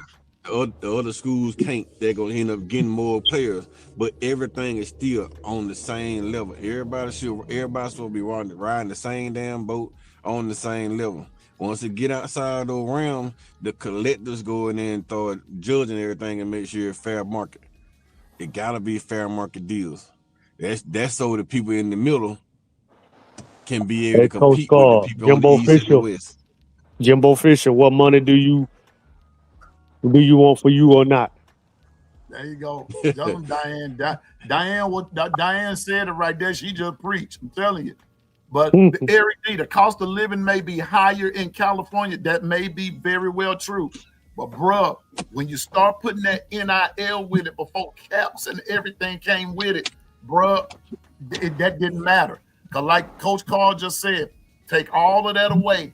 Your Dijon Lee, your Damani Jacksons, and others from out that away would not be at Alabama today. Here's another fact about that. Some of those guys, when Coach DeBoer was coming to Bama, a lot of those guys were going to Washington to play. They were going to Washington. They were going to go to Washington. And when he ended up coming to Oregon, Washington, they ran the West, not USC, not UCLA, not Arizona. Oregon and Washington was running the West. I'm telling you now. And we better thank the good Lord above that Coach DeBoer decided to come to Alabama. Because some of those guys that we have would not be there. Don't get that in your accept that for what it is. Yeah. They would not Xavier be Browns, Damani Jackson. I'm about to tell you somebody else. The money came for Nick Saban. See, the money came for Nick Saban. Yes. Oh, I thought he was going to go to UFC. Dijon Lees, those he transferred guys from USC. Yeah. He came from USC. He transferred for Nick Saban. Then Nick Saban retired and he stayed. But Dijon Lee, Xavier Browns of the world, they ain't coming to Alabama to play for Nick Saban. They came to Alabama to play for Caleb DeBoer. They weren't coming here, period. Those are Caleb DeBoer type of kids. And to be honest, and go back and listen to the very first interview with Ryan Williams. Ryan Williams fell in love with Kalen DeBoer's style. Yeah. He came. Go ahead, Coach. Bama offered. He committed to Nick Saban. Yeah. Because Nick Saban offered him, one of those lifetime deals that a kid like Ryan couldn't turn down. You were gonna guarantee him a starting spot, and you were gonna pay him a really good NIL. He had him already signed up for another NIL deal. Nick Saban retired, Ryan decommit. He came up then, met with Courtney Morgan and Caleb DeBoer, and fell in love with the program. Ryan grew up sold Ryan Williams. Ryan Williams committed and signed. Ryan grew up, turned around and went to Seattle. But he didn't leave. See, he didn't leave until Ryan Williams had got down signed. That was those type of thing they did. Now it's shit that goes on behind the recruiting stuff. Yeah. Yes, sir. It's serious, man. The recruiting is serious. And I like what the transfer portal is now. That you can't go into the portal when the coach get fired.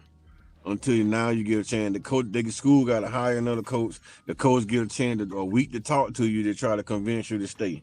And then if you decide to jump the portal, the coach already had an opportunity to save you because Kalen DeBoer didn't get a fair shot to keep the roster. Other program like Washington, they didn't get a fair shot to keep their students. They lost their program. Washington went straight downhill and they battling trying to get back up now because they lost all their kids when the boy left. Yeah. Bama lost. We bounced back really fast because we got kids that were diehard Bama fans that they coming up their whole life rooting for the University of Alabama that decided they still wanted to play for Bama, didn't matter who the coach was. Being that we did get a coach that's a winner, it makes it easy for some of these kids to come to Bama. But players like Washington had a great coach. Still ain't good enough for some of those California kids. That's why they asked come to Alabama, because a lot of California kids grew up wanting to play for the Bull. Yeah.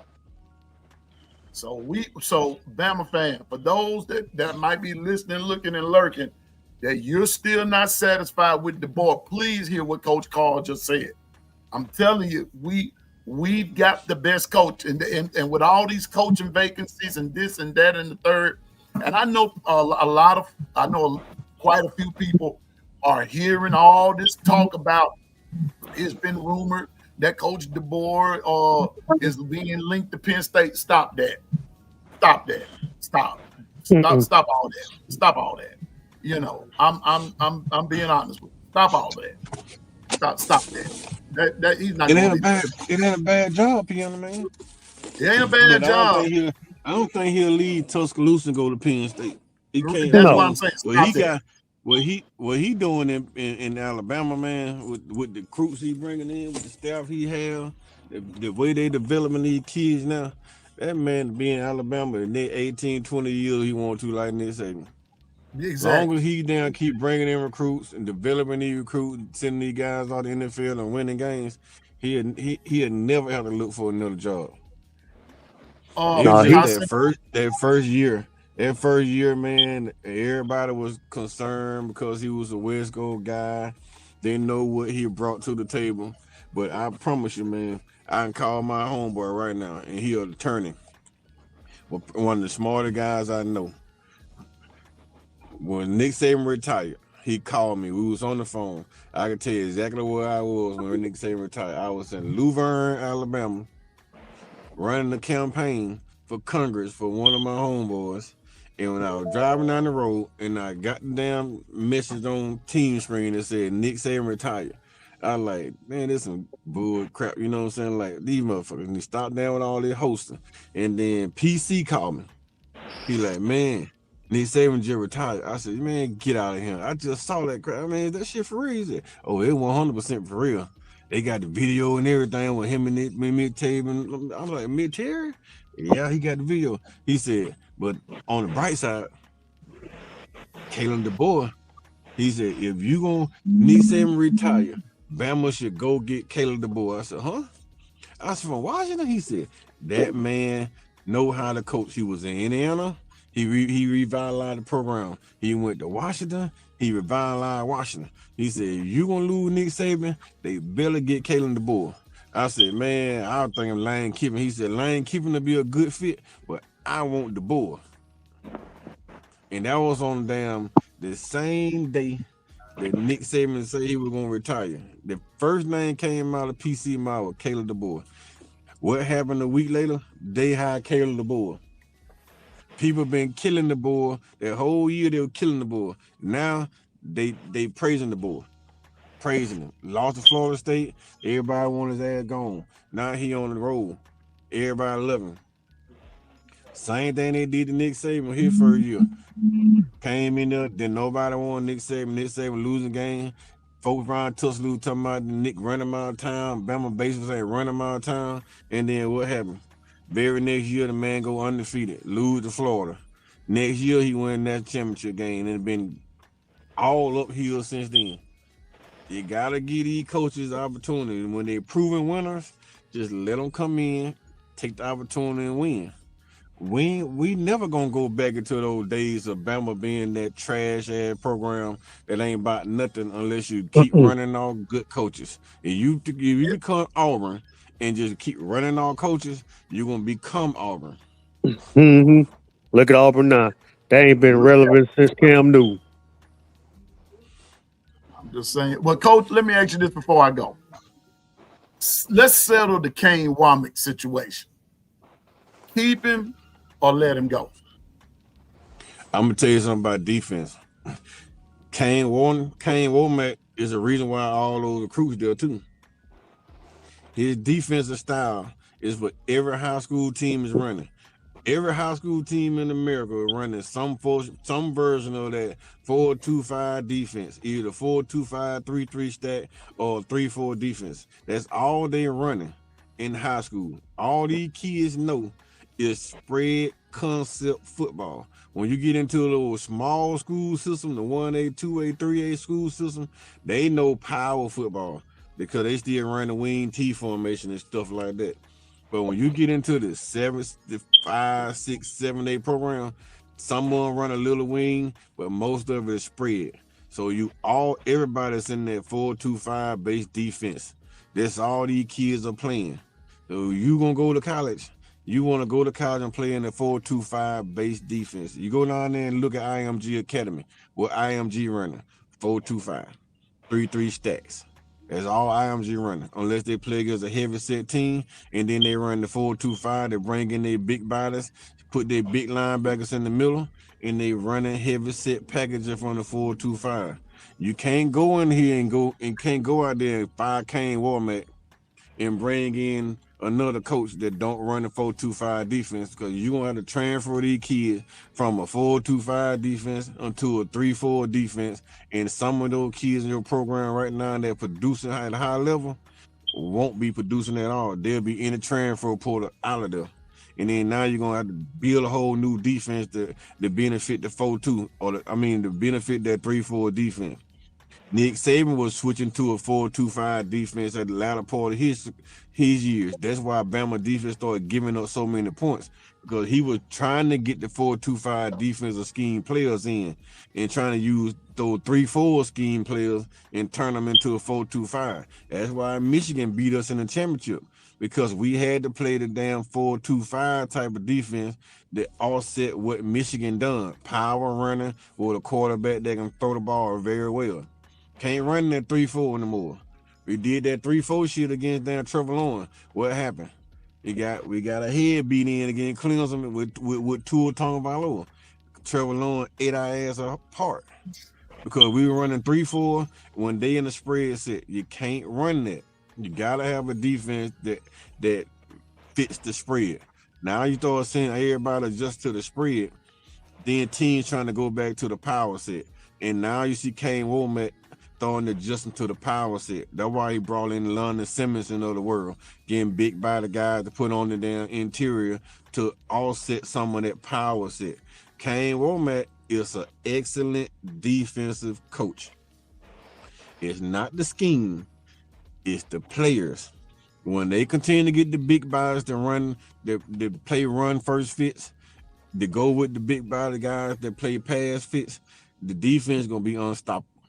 It's gonna be back to the old defensive style. Now he do make a few calls when he call a blitz here and got corners like the money. You can't call an all-out blitz knowing that you got the money Jackson at corner, because he's not that lockdown man-to-man type of guy. That's why he said that was my fault, because he called all-out blitz and didn't have in a Cam Coleman, or you ain't had the money.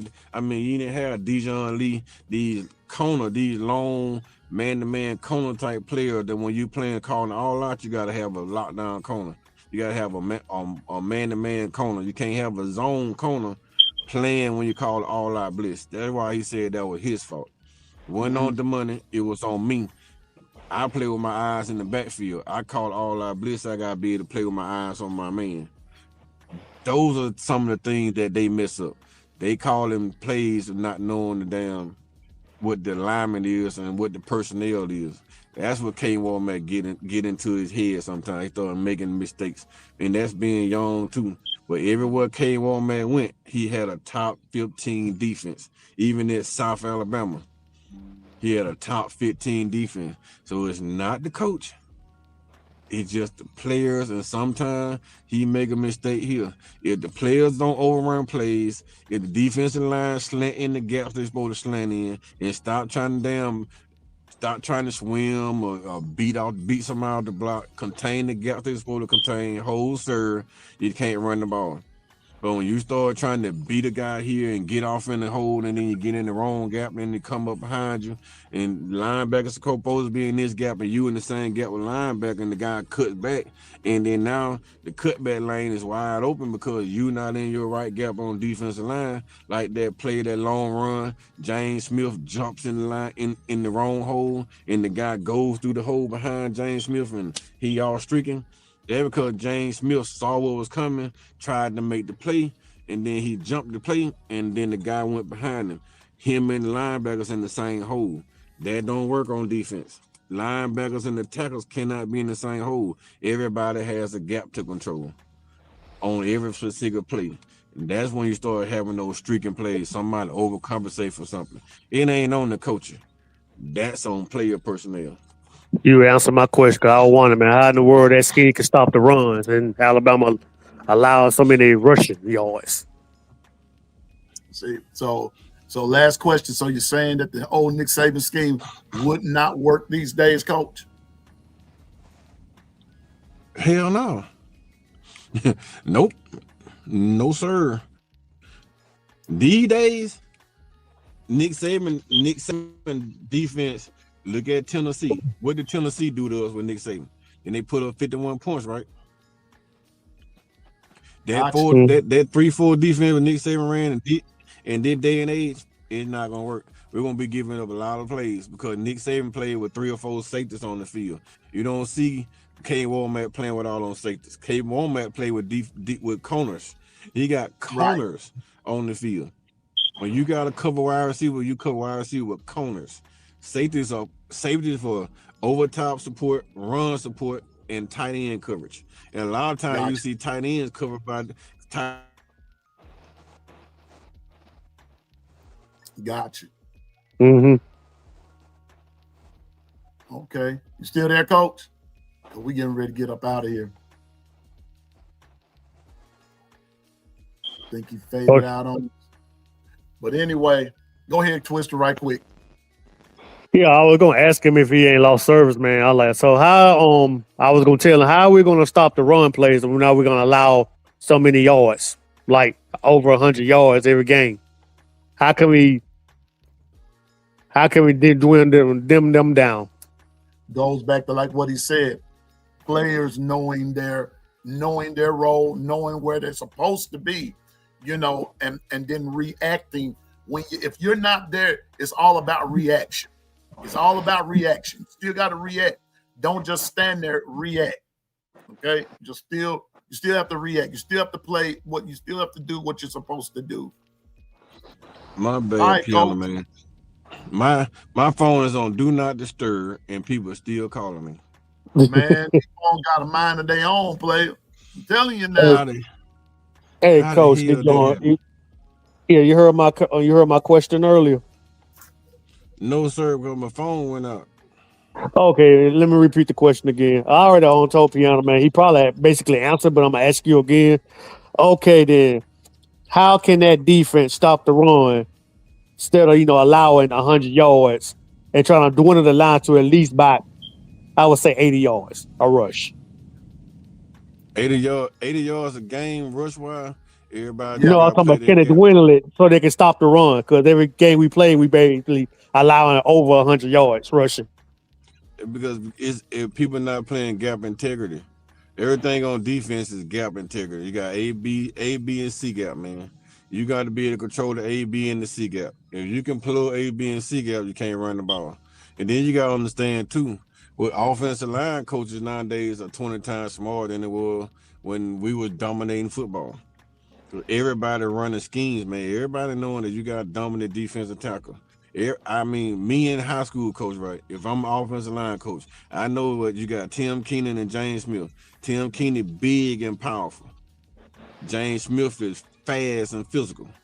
I'm a game plan James Smith speed, and then I'm gonna crash down Tim Keenan. Like I'm gonna try to down block Tim Keenan, cut his legs or something like that, or force him to another guy. I'm gonna have my center chop him or have my center force him into a guard where the guard can get in front of him and ride him outside, or then I'm a damn double team jam, have my tackle boom, tackle chip James Smith, or my guard and my center double team James. My guard attack James and push him over. We're gonna push Cam Keenan and come back and double team James Smith. We're gonna kick the two ends outside and make your ass go wide, push them wide, kick both of them out. Now we got two rush lanes. We got C gap rush lane and we got A gap rush lane. So if we force James to the C gap, then we're gonna come right back behind him in A or B gap. It's all schematics. You scheme up the dominant defensive line, the most dominant one on D line. You scheme him up, and then you get everybody else free on the linebacker. Somebody block a linebacker, you streaking. Football it's easy, man. When you sit back and watch it, just if you got a dominant D tackle, you double him, and then the next guy get up on the linebacker jump inside or out. The running back should be able to damn read it. His ass go inside, running back goes outside. Them big rushes, man. A lot of corners don't want to tackle. Safeties will come down here, but a lot of safeties like Bray Hubbard come down here, and then you gotta think about whether I'm going inside, outside. And once you cut, sometimes you beat the safeties. Man, it's all personnel. The kids do their job, D-line do their job. You can't run the ball. Okay, everybody talking about Deontay Lawson. How the green dot line everybody up each play, but he don't know where to hold it when the play start. No, Lawson know what the hold is, what hold to hit. It's a scheme. When the plays call, you got this gap. What they should do is delay a second, give a little second to read, give a little time to read, man. Take them 2 read step and then diagnose the play. A lot of times they know these guys are gonna hit that C gap because they know Bama giving up the C gap with the corners. So they're thinking that everybody trying to C gap them, and then they'll get C gap and the guy cut back in the B gap, and then they be on streaks. So what they doing is they just C gapping. Both linebackers C gapping, and then they cut back, or they both linebackers coming in A and B gap, and then they C gap. They either doing one or two. Somebody they going A and B gap, or they going C gap, and then the running backs are smart, man. I mean, shit, they D1 running backs for a reason. That's it. So, and I'm gonna end it with this. I got to go back to what Linda P said. When it all said and done, I got to put Linda P up here. On Saturday, chicken feathers gonna be flying everywhere. Man, on Saturday they're gonna be eating chicken wings. Chicken wings, man. And make mine lemon pepper, please. That's all I got to say. Make mine lemon pepper. So, man, Coach Carl, Bishop, Twister, as always, man. Thank y'all for coming in and making the show what it is, man. We talked about some of everything. We talked about Bama, South Carolina, the SEC, the NCAA. We didn't talk about criminal justice, chicken wings, and everything else. And so, man, that's don't what forget, makes the long run what it is, man. And Piano Man, don't forget, Hugh Freeze loved on strippers. Mr. Freeze always loved them strippers. That's probably why he's not in the game all the dang time, probably. That's probably why he's not. Hey, that's probably why his mind ain't on the game. At the end of the season, I'm gonna go get Hugh Freeze and we're gonna go to Atlanta to Strippers. No. I'm going to get it, and we going over there where Peaches and Cream at. Oh Lord, don't do that. Don't do that. Hugh Freeze may not never leave. But the Freeze gonna be stuck in there. He gonna be freezing. But now he ain't gonna never leave. Yeah, buddy. The Freeze will love it. He'll never leave to my Peaches and Cream. Lord, boy, Mr. Freeze, boy, ain't gonna never leave that strip club. Going over to Peaches and Cream. That's where we headed. Oh, Mr. Freeze. I hope my wife. That's all I'm gonna say about that. I hope my wife ain't listening, but you better invite me.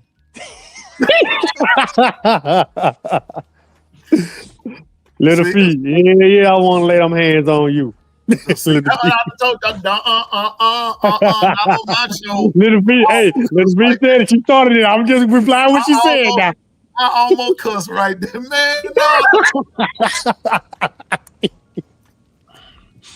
What did No, Linda P say? Lord Jesus. Move it on, though. Move it on. Continue, coach. Continue, coach. What did Linda P say? Linda P. Let me let see tell you that something. fine with Linda P Don't said. start nothing and it won't be nothing. Because you and C Spot Comforter don't start nothing and it won't be. That's all Piano Man gonna tell you.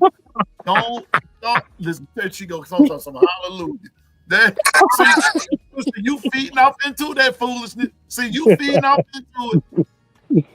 Just saying now, you don't never invite somebody to come talking about laying hand. They ain't anyway. Let me stop. Move. No, that's you saying that. I ain't saying that. That's you, Piano Man. But anyway, yeah. I will listen to all the knowledge what Coach Carl was talking about, man, because I learned something new for real, especially when it comes to that money and all the accruals and the money and all that, man. It's more that was a lot of knowledge, man. When I came back and I'm hearing him talk about that, I'm starting to think, because I ain't gonna lie to you, when Alabama was playing like crap last year, hey, I'm gonna admit it. Yeah, we wanted him gone. We wanted Caleb Boy gone. I ain't gonna lie to you. And now, since you start saying it like that in a business standpoint, and he was a winning coach, because typical Alabama fan, they used to winning so much. When we start losing so many games like we not used to doing, they gonna pull the panic button, and we gonna say, "God dang, coach, what are you doing? Why you ain't doing this? Why you ain't doing that? Why things ain't going our way? We wish for Saban come back." Now, how you put it down, it's a learning process. Like you gotta start with the recruits and the scheme, and players are down with the schemes. And now the NIL is into it. It's a little bit more than that too, Twister, right? When Nick Saban retired, the portal opened up immediately. Yeah. So half of the kid was already in the portal before the board got there. That's the truth. That's the truth of the matter right there. They was out of there. But here's my question. I ain't mean to cut you off, but here's my question. Why they allowed to leave when the coach retired? Like, why they couldn't just stay and then after give him a chance and whatever after the end of that first season with the ball, and then can they decide to leave? They opened the transport portal twice. The one on and the spring. You talking the kids, man, that committed to Nick Saban and then commit to University of Alabama. There you go. They only wanted to play for Saban. They had other schools in their top two. Yeah. But they wanted to play for Nick Saban. And then once Coach Saban decided to retire, it was all a sudden rush. He didn't get a chance to go sit down with the players and do it. It just hit him so fast. He got overwhelmed with that NIL stuff and kids asking for money, that. It overwhelmed him. And then he just decided he was gonna walk away from it. It hit him hard, it hit them hard. They jumped in the portal, they got gone, went to their second favorite school or some of their third favorite school. Isaiah Bond went for the money. That they weren't getting the money from Nick Saban. They were there because Nick Saban was the GOAT and he would get them where they needed to be. They jumped for the money. Like they took the opportunity to go ahead and get paid because they weren't getting it out of Alabama. That's another thing people don't understand. There is no major money in Alabama NIL. If you don't earn it from outside sources, you're not getting it. They went to the money. Caleb Down got $2 million. So basically, Nick Saban retired because the money got to him. Because some of them saying he didn't retire because of the NIL deal. Some people saying he did retire because of the NIL deal. He told ESPN, sat down with ESPN, told ESPN, him and Mitch Terry were sitting down there. They was going through the roster, trying to develop, their ideas about the starting roster for next year, the kids they had coming in, what type of playing time they were getting, who they were going to red shirt, who they were going to gray shirt, who they were going to put in the rotation and start watching to see who would be able to give you, production the next season.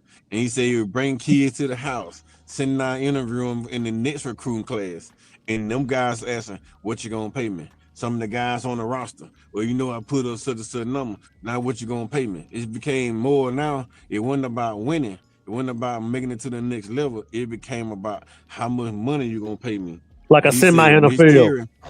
Yeah, he said, Miss Terry asked him, if it's all about the money, then why are we still doing it? And that hit him, that resonated to him because he had the same resolve. All these kids care about now how much money I'm making, not my future or what education No I'm loyalty getting, or the nothing. What training they I'm getting, the development I'm getting here, the coaching I'm getting here, and then the opportunity to make it to the NFL I'm getting here. That wasn't priority anymore. The money was. And he didn't want to be in the program in college football worrying about how much money you're gonna pay somebody like he was doing in the NFL. NFL is all about the dollar. Yeah. And college is becoming all about the dollar. Dollar. Even with recruiting asks you how much money you paying me. And coaches like Nick Saban build program, train kids for the next level, put in the NFL, and they make lots and lots of money. They wanted to get all their money up front, and that ain't how he coached. So it was time for him to leave. and back to what I said to a couple of cats back in the years ago. Is it too early to get these kids money? Because they still kids, Coach Carl, Piano Man. They still kids. They can't control the money. But They're it too ain't young too to have early. that big money like that. For real. Look what It ain't too early. You It's not sure? too early, man. No, it ain't too early. They deserve it. These kids deserve what they're getting.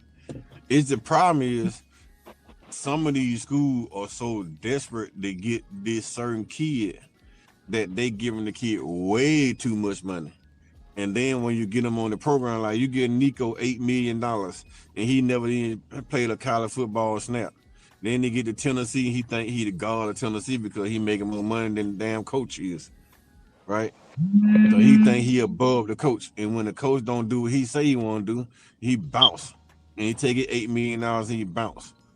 Now you got Bryce Underwood coming in, $10 million guy. He's struggling like hell at Michigan. But he a $10 million guy. Here, Michigan probably want to bench him, but they can't because they're paying him so much damn money. You can't. Like I said, you gotta. These kids, man. It's not they're getting paid. I love the fact they're getting paid because they deserve the money, man. These colleges been benefiting all these kids for years. Coach Sean will tell you. Coach Sean be the main one you asked that question. Coach Sean said this. He was playing football at a school, and he was going in the damn cafeteria and couldn't even buy food. He making this program millions and can't even buy a damn sandwich. Yeah, he got the jersey on. These folks selling his damn jersey, won't even give him $1 out of it. That's bullshit. So you thinking these kids deserve what they're getting? Sometimes I think they're getting a little too much because that problem. That's what I'm saying. Like some of the changing money. Yeah, that's what I'm saying. Like that's like too big money. Like it's too big. Like some of them deserve it, but some of them getting it too big. No, I say this.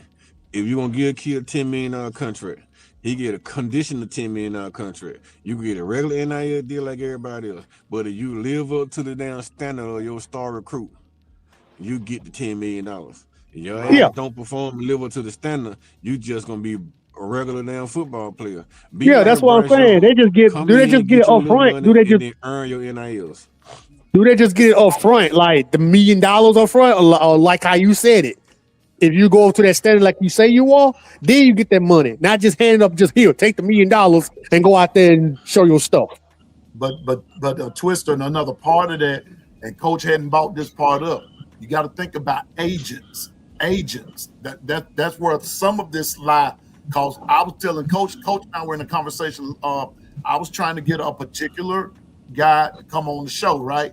And he's a top-notch recruit right now. Matter of fact, still in high school with a major astronomical NIL deal right now, as we speak. He couldn't even come on the show just to talk. In my hometown, could not come on the show because his agent wouldn't allow him because of the monetary stuff that goes along with it. So when you're looking at it, Coach Carl is also you got to pay him. You got to pay him. It's a lot of stuff. We talking about college, right?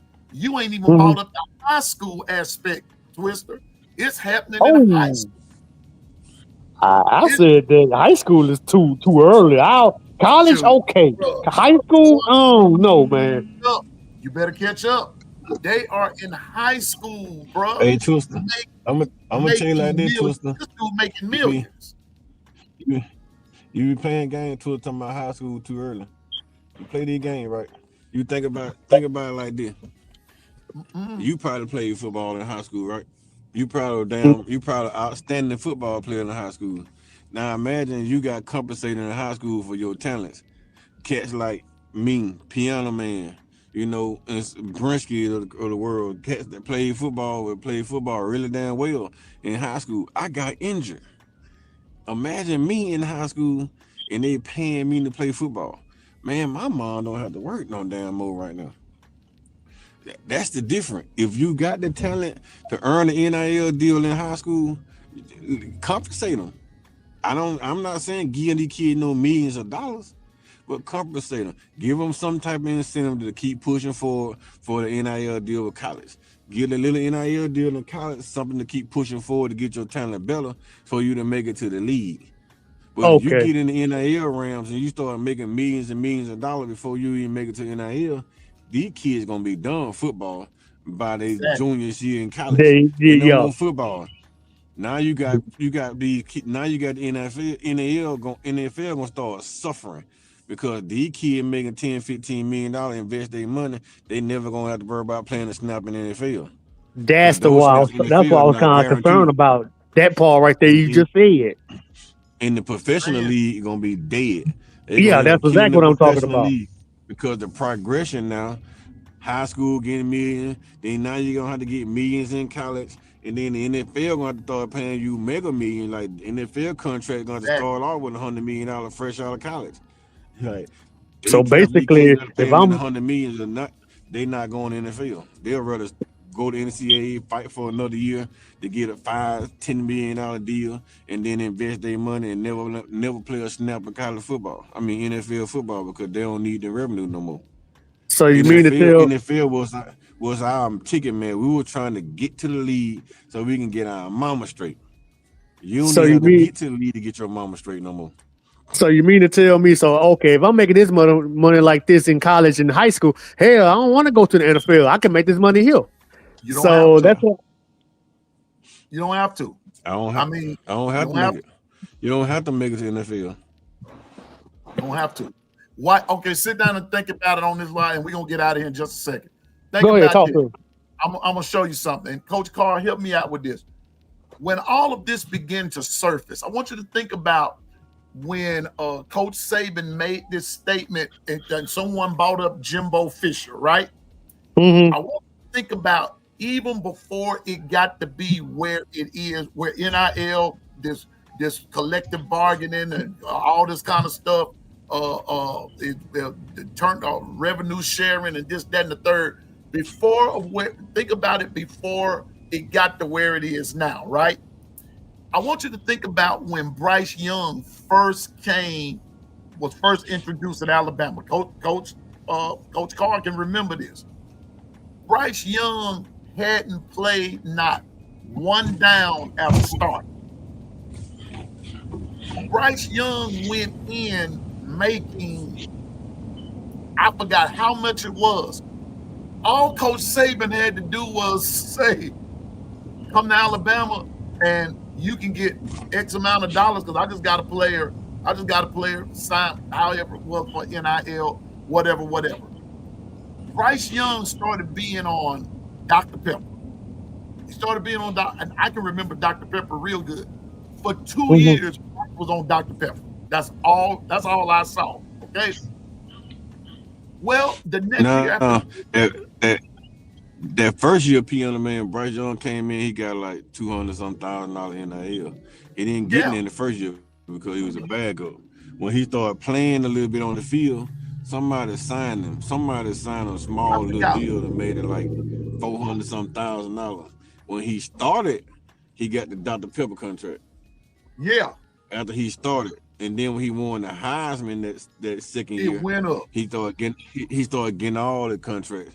He earned his NIL deals. He earned every single last one of them. Nick Saban told him, "You come here, you earn your NIL money. So you come here, you gonna compete. You get a chance to earn your money. Can't nobody take it from you. Can't nobody say we gave you nothing because everything you get, you gonna earn it." and he wanted to earn everything he got. That's why he became such the quarterback he was. Because Nick Saban never gave him that. He didn't give him a starting Right. spot. He didn't give him no major NIL money. He made Bryce Young earn everything he got, and when he earned it, the kid performed. That's why he got the $2.8 million. All that shit was off endorsements, like Coca-Cola with Yeah. the Dr. Pepper and all that stuff. He had with the Sunny Water. He got the Heisman House contract. Like he was Yeah. booming, Yeah, man. that Nissan Yeah. thing. He signed. He actually signed with them. Nick Saban with them. With the Mercedes-Benz thing, Nick Saban team signed with Mercedes-Benz, started doing commercial. Like the boy earned every dollar he got by his play on the field, and that's what Nick Saban was pushing out those kids. You can go to USC. USC will give you that $1.2 million, but when you get out there, the team around you is not that good. You're gonna struggle in your play, and you're not gonna get no more money. Well, you come here and you do these things, and then you play the right way, you're gonna guarantee to get this type of money. These contracts gonna be coming. They gonna come, and they gonna come plenty. You gonna have so much money thrown at you that you gonna have to say no to some of this money. That's what Nick Saban was preaching. Nowadays, when you got coaches on the phone, all these coaches saying shit. You know what I mean? Come on down through here, man. What the high NIL they offer you? Well, I got $250. I'll give you $500. Yeah. I'm committing today. And then once you commit, the next guy come up. How much they gave you? They gave me $500. I'm gonna give you $750. Oh, I decommitted. Yeah. Every time somebody offer you $250, they decommit and recommit. Before you know it, they more than decommit and recommitted 17 times. So basically like a business for real. It's just like it's basically saying like you drafting these players while you recruiting. It's basically like you drafting. No, it's not drafting. This is free agency.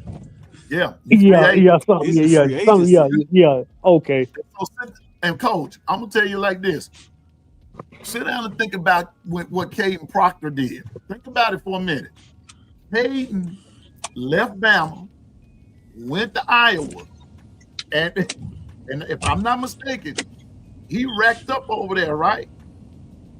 No, well, see, what Caden did when Nick Saban retired, Caden was already struggling with the Bama fans, were killing him, talking about he wasn't no good, and it was a mental thing. Bama fans are, and I say that shit a lot, man. You a root for the kid.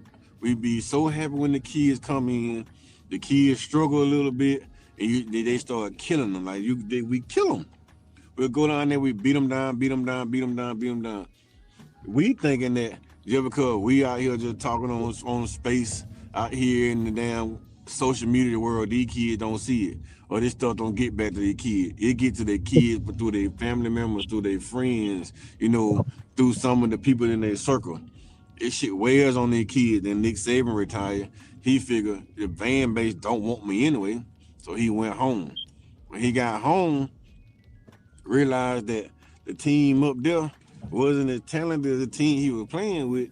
And then all the players was like, man, you don't need to be up there, bro. Come on back home. And the player invited him to come back home.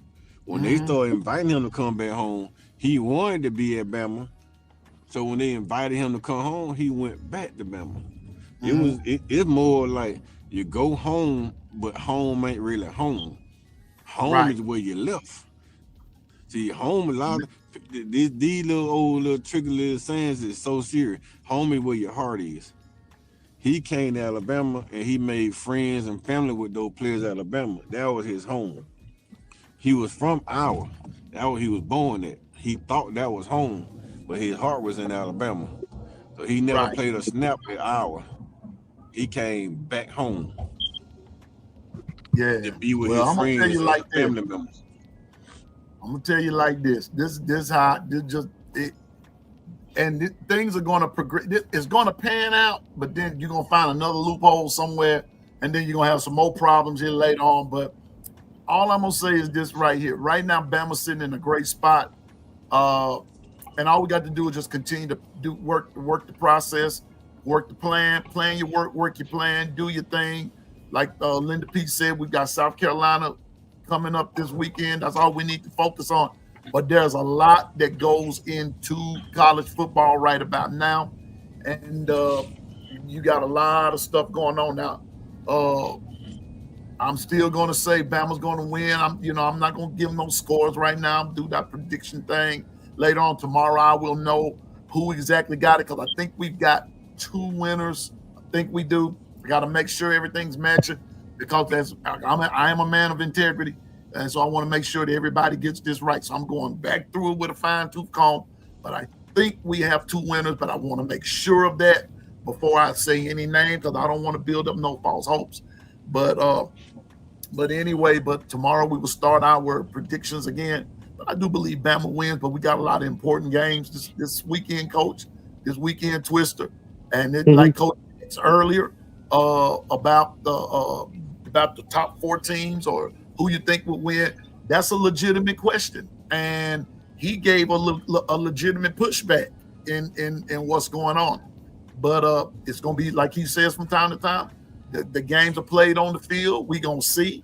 And it's going to be interesting. But I do believe Bama wins. But Bama can't take South Carolina lightly. You got to take it serious because they're going to play us.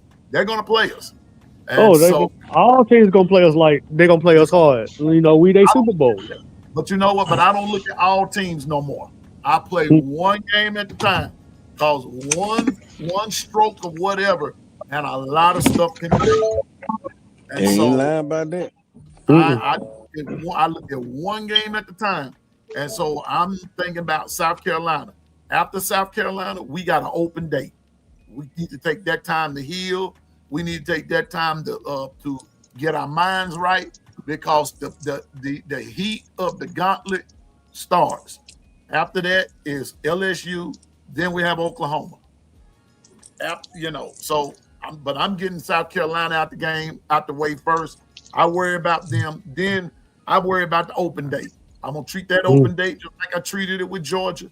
I'm not even going to talk about the next game or LSU. I'm not going to spend 2 weeks talking about LSU. But I am going to spend the rest of this week talking about South Carolina and all that good stuff. So anyway, we're finna get out of here. I'm hungry.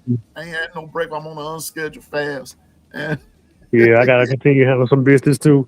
But your Coach Carl, man, thank you for spending that knowledge, man. You told me some stuff, told us all some stuff that we did not, I didn't understand. I learned something new every day, especially how that business and how these decisions these kids be making when they pick when they commit to these teams and the NIL deals and all that, man. And all the money coming in to these players, they get the players in Alabama and other teams like that. All that, man, it's like I kind of see what they say be talking about because it's a restless. They be losing sleep trying to make sure how they recruit and stuff like that. It's a process, man, and I'm glad you picked that knowledge. Recruiting is so serious. Man, I'm glad you picked that knowledge, man. If you pay attention to some of the recruiting boards, man. And this is the last thing I'm gonna say, Piano Man. You pay attention to some of these recruiting boards on most of these programs that are winning. They go after 5 to 7 5-star kids. Rest of their players gonna be 10 to 15 4-stars. Everybody else, they going 3-star and below. They trying to build their roster with 4 stars and 3 stars and below. They only want some of the elite 5-star program kids, like defensive end, quarterbacks, safeties type. A lot of folks get corners and safety to play that boundary and field, and they get the safety, the quarterbacks. Some of them go at the 5-star offensive tackles. Most of them go at the defensive end, quarterback, the receivers, and the corners. They go out to get 2 and 3-star safeties because those guys may not be as fast, but those are the physical guys that come out here and tear your head off. They're getting the 3 and 4-star linebackers because they may be a little on the side, but you're a 3-star linebacker, you be a little on the side, but you thick with a whole lot of knowledge. You're building your program from the low-tier players up. The 5-star kids are the namesakes that can keep the recruiting levels higher and make the fans come to the stands. Those middle of the road guys, it will win you championships. That's why we started looking at NFL drafts. You see more people drafted that was 0 stars to 3 stars than it was 4 or 5 stars. Because the Right. Gotcha. middle of the road players are the ones that take you to the Super Bowl. Gotcha. Not those top tier first round draft Yeah. picks. Because you don't get That's but it. one first round draft pick. But That's you it. gotta go. You got second round to 7th round. That's when you building your team in this from the second round down. That first round pick, you just be the face of your franchise. But the rest of them will get you to the Super Bowl. Yeah, Think so- about sports like that. Gotcha. And when the season is over, Twister, and everything, we're gonna talk more about recruiting, and we're gonna bring in some guys that really look at it from the way Coach Carl talked about it, and they go even more in depth than that about what to look for, how it's done, and this, that, and the third. Coach Carl knows his stuff. Coach Sean, Man, he does. those guys know their stuff when it comes to recruiting. Jonathan Lewis, those guys know their stuff when it comes to recruiting, and I listen to them. I'm not That's big why I into ain't said nothing for a whole hour. but but sometimes when I'm in conversation with Coach Carl, just me and him talking, man, I just be listening. I ask a question, and yonder we go. So I'm privileged to be in on some private conversation with him and away from the show. So that's how it goes. But thank you, Coach Carl, for coming. I want to say thank you for everybody in the chat. Linda P, as always, dear. Coach Carl, B Sharp said he got a new camera. We got to see this here. Hey, Piano Man, did you get my email? I hadn't Tell checked it yet. I haven't checked it, but Yeah, I I sent it yesterday. Yeah, I sent the one I got for show yesterday.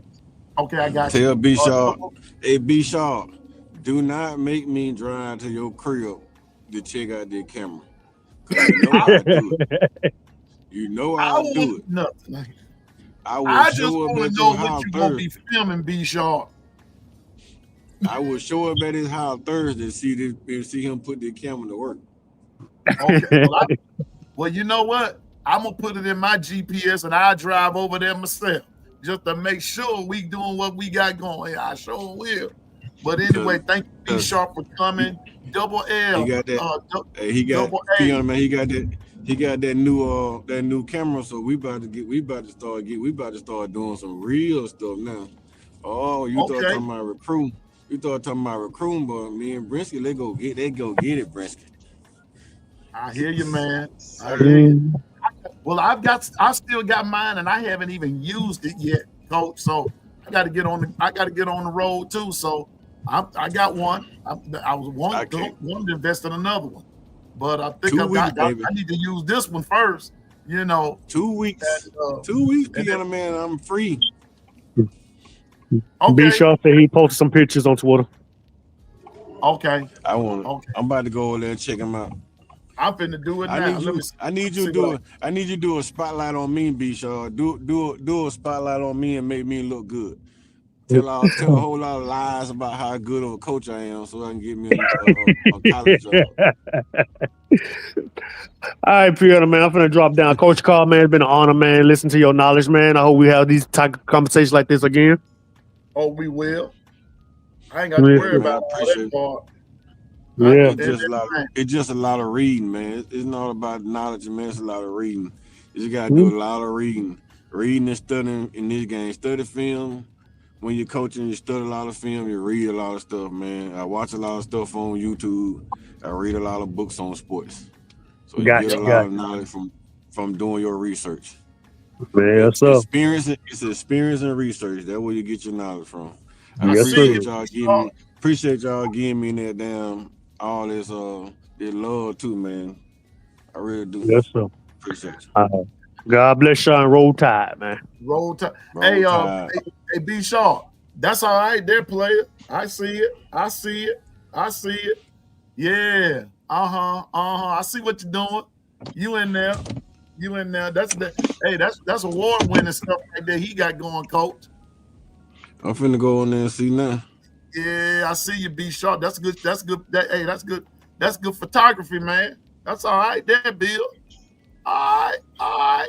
Okay. You gonna make Piano Man come with it. I'm gonna come with it. Well, anyway, y'all, I gotta go. Thank you, Twister. Thank you, Coach. Coach Carl. Thank you, B Sharp. Thank you, Double L. Thank you, Linda P. And everybody in the chat, their 401k crew. Thank you, Double L again. Let me see. Some folks I didn't talk to. Double A, Eric D, all y'all. Everybody. G Bama boy, thank you for coming through, man. Thank you for coming through. And those that we lost, everybody loves Ebony. Thank y'all for those that's been on from where it go up until now. Thank you for sticking with us. Now that's gonna be the only show for the day. But at 2 o'clock, Bobby Sprinkle is on, and then what's the day? Tuesday, and I don't know what else comes on today, but I know Bobby Sprinkle comes on. Let me see. B Sharp came on last night. Man, I get my days mixed up. I don't know who comes on tonight, but anyway. But listen. Everybody, just tune in tonight for whomever is on. Let's give them our undivided attention. Let's support them, all that good stuff. But at 2 o'clock, Bobby Sprinkle comes on, and he and Miss Tammy, and it's going to be a great show as always. And don't forget, tonight, let me see. Yeah, Tez comes on tonight, and tonight is the opening night of the NBA and everything. And I love that still. They got that theme song. And when I hear that theme song, Coach, I'll be waiting on Jordan and them to come out. That's what I'll be waiting on. But anyway, that day is over and it's done with. But tonight is the open night of the NBA. I'm a Lakers fan, but I don't start watching NBA until after Christmas or so. But I'll watch them maybe tonight, depending. But everybody have a great day. Just remember, I'm no expert, but I just know what I'm talking about. And just stay focused, drive, and go forward in the name of the Lord. And Carla Hinton, thank you for coming, dear. You always you over one of them crews, and you're part of all of them. But I forgot which one you over, but you in all of them. So you and Stephen Hicks and OG Gill, I know that part. Thank you, 401k crew, especially my producer Dwight. Thank y'all for all you do. And just remember, stay focused, drive, and go forward in the name of the Lord. And remember, you can do all things through Christ that gives you strength. I promise you that you can. And so with that being said, forget the trees, hedges, and everything else. Hey, South Carolina, we plucking feathers Saturday. It's going to be a whole chicken festival Saturday. And y'all going to be the guest of honor, okay? And just make sure mine are lemon pepper, heavy on the lemon and heavy on the pepper. All right. Thank y'all for less on the salt, just heavy on that lemon and heavy on that pepper. Everybody have a great day. Piano Man getting ready to get out of here, going to find something to eat. And then there's no telling what Piano Man may get into. But the Lord willing, I'll see y'all tomorrow. Same Piano Man time, same Piano Man station. Thank you again, Coach Carl and Twister and Bishop. Thank y'all for stopping by. And I'll see y'all tomorrow. And roll tide. Roll tide, Coach. Roll tide. And Piano Man is out. Roll tide.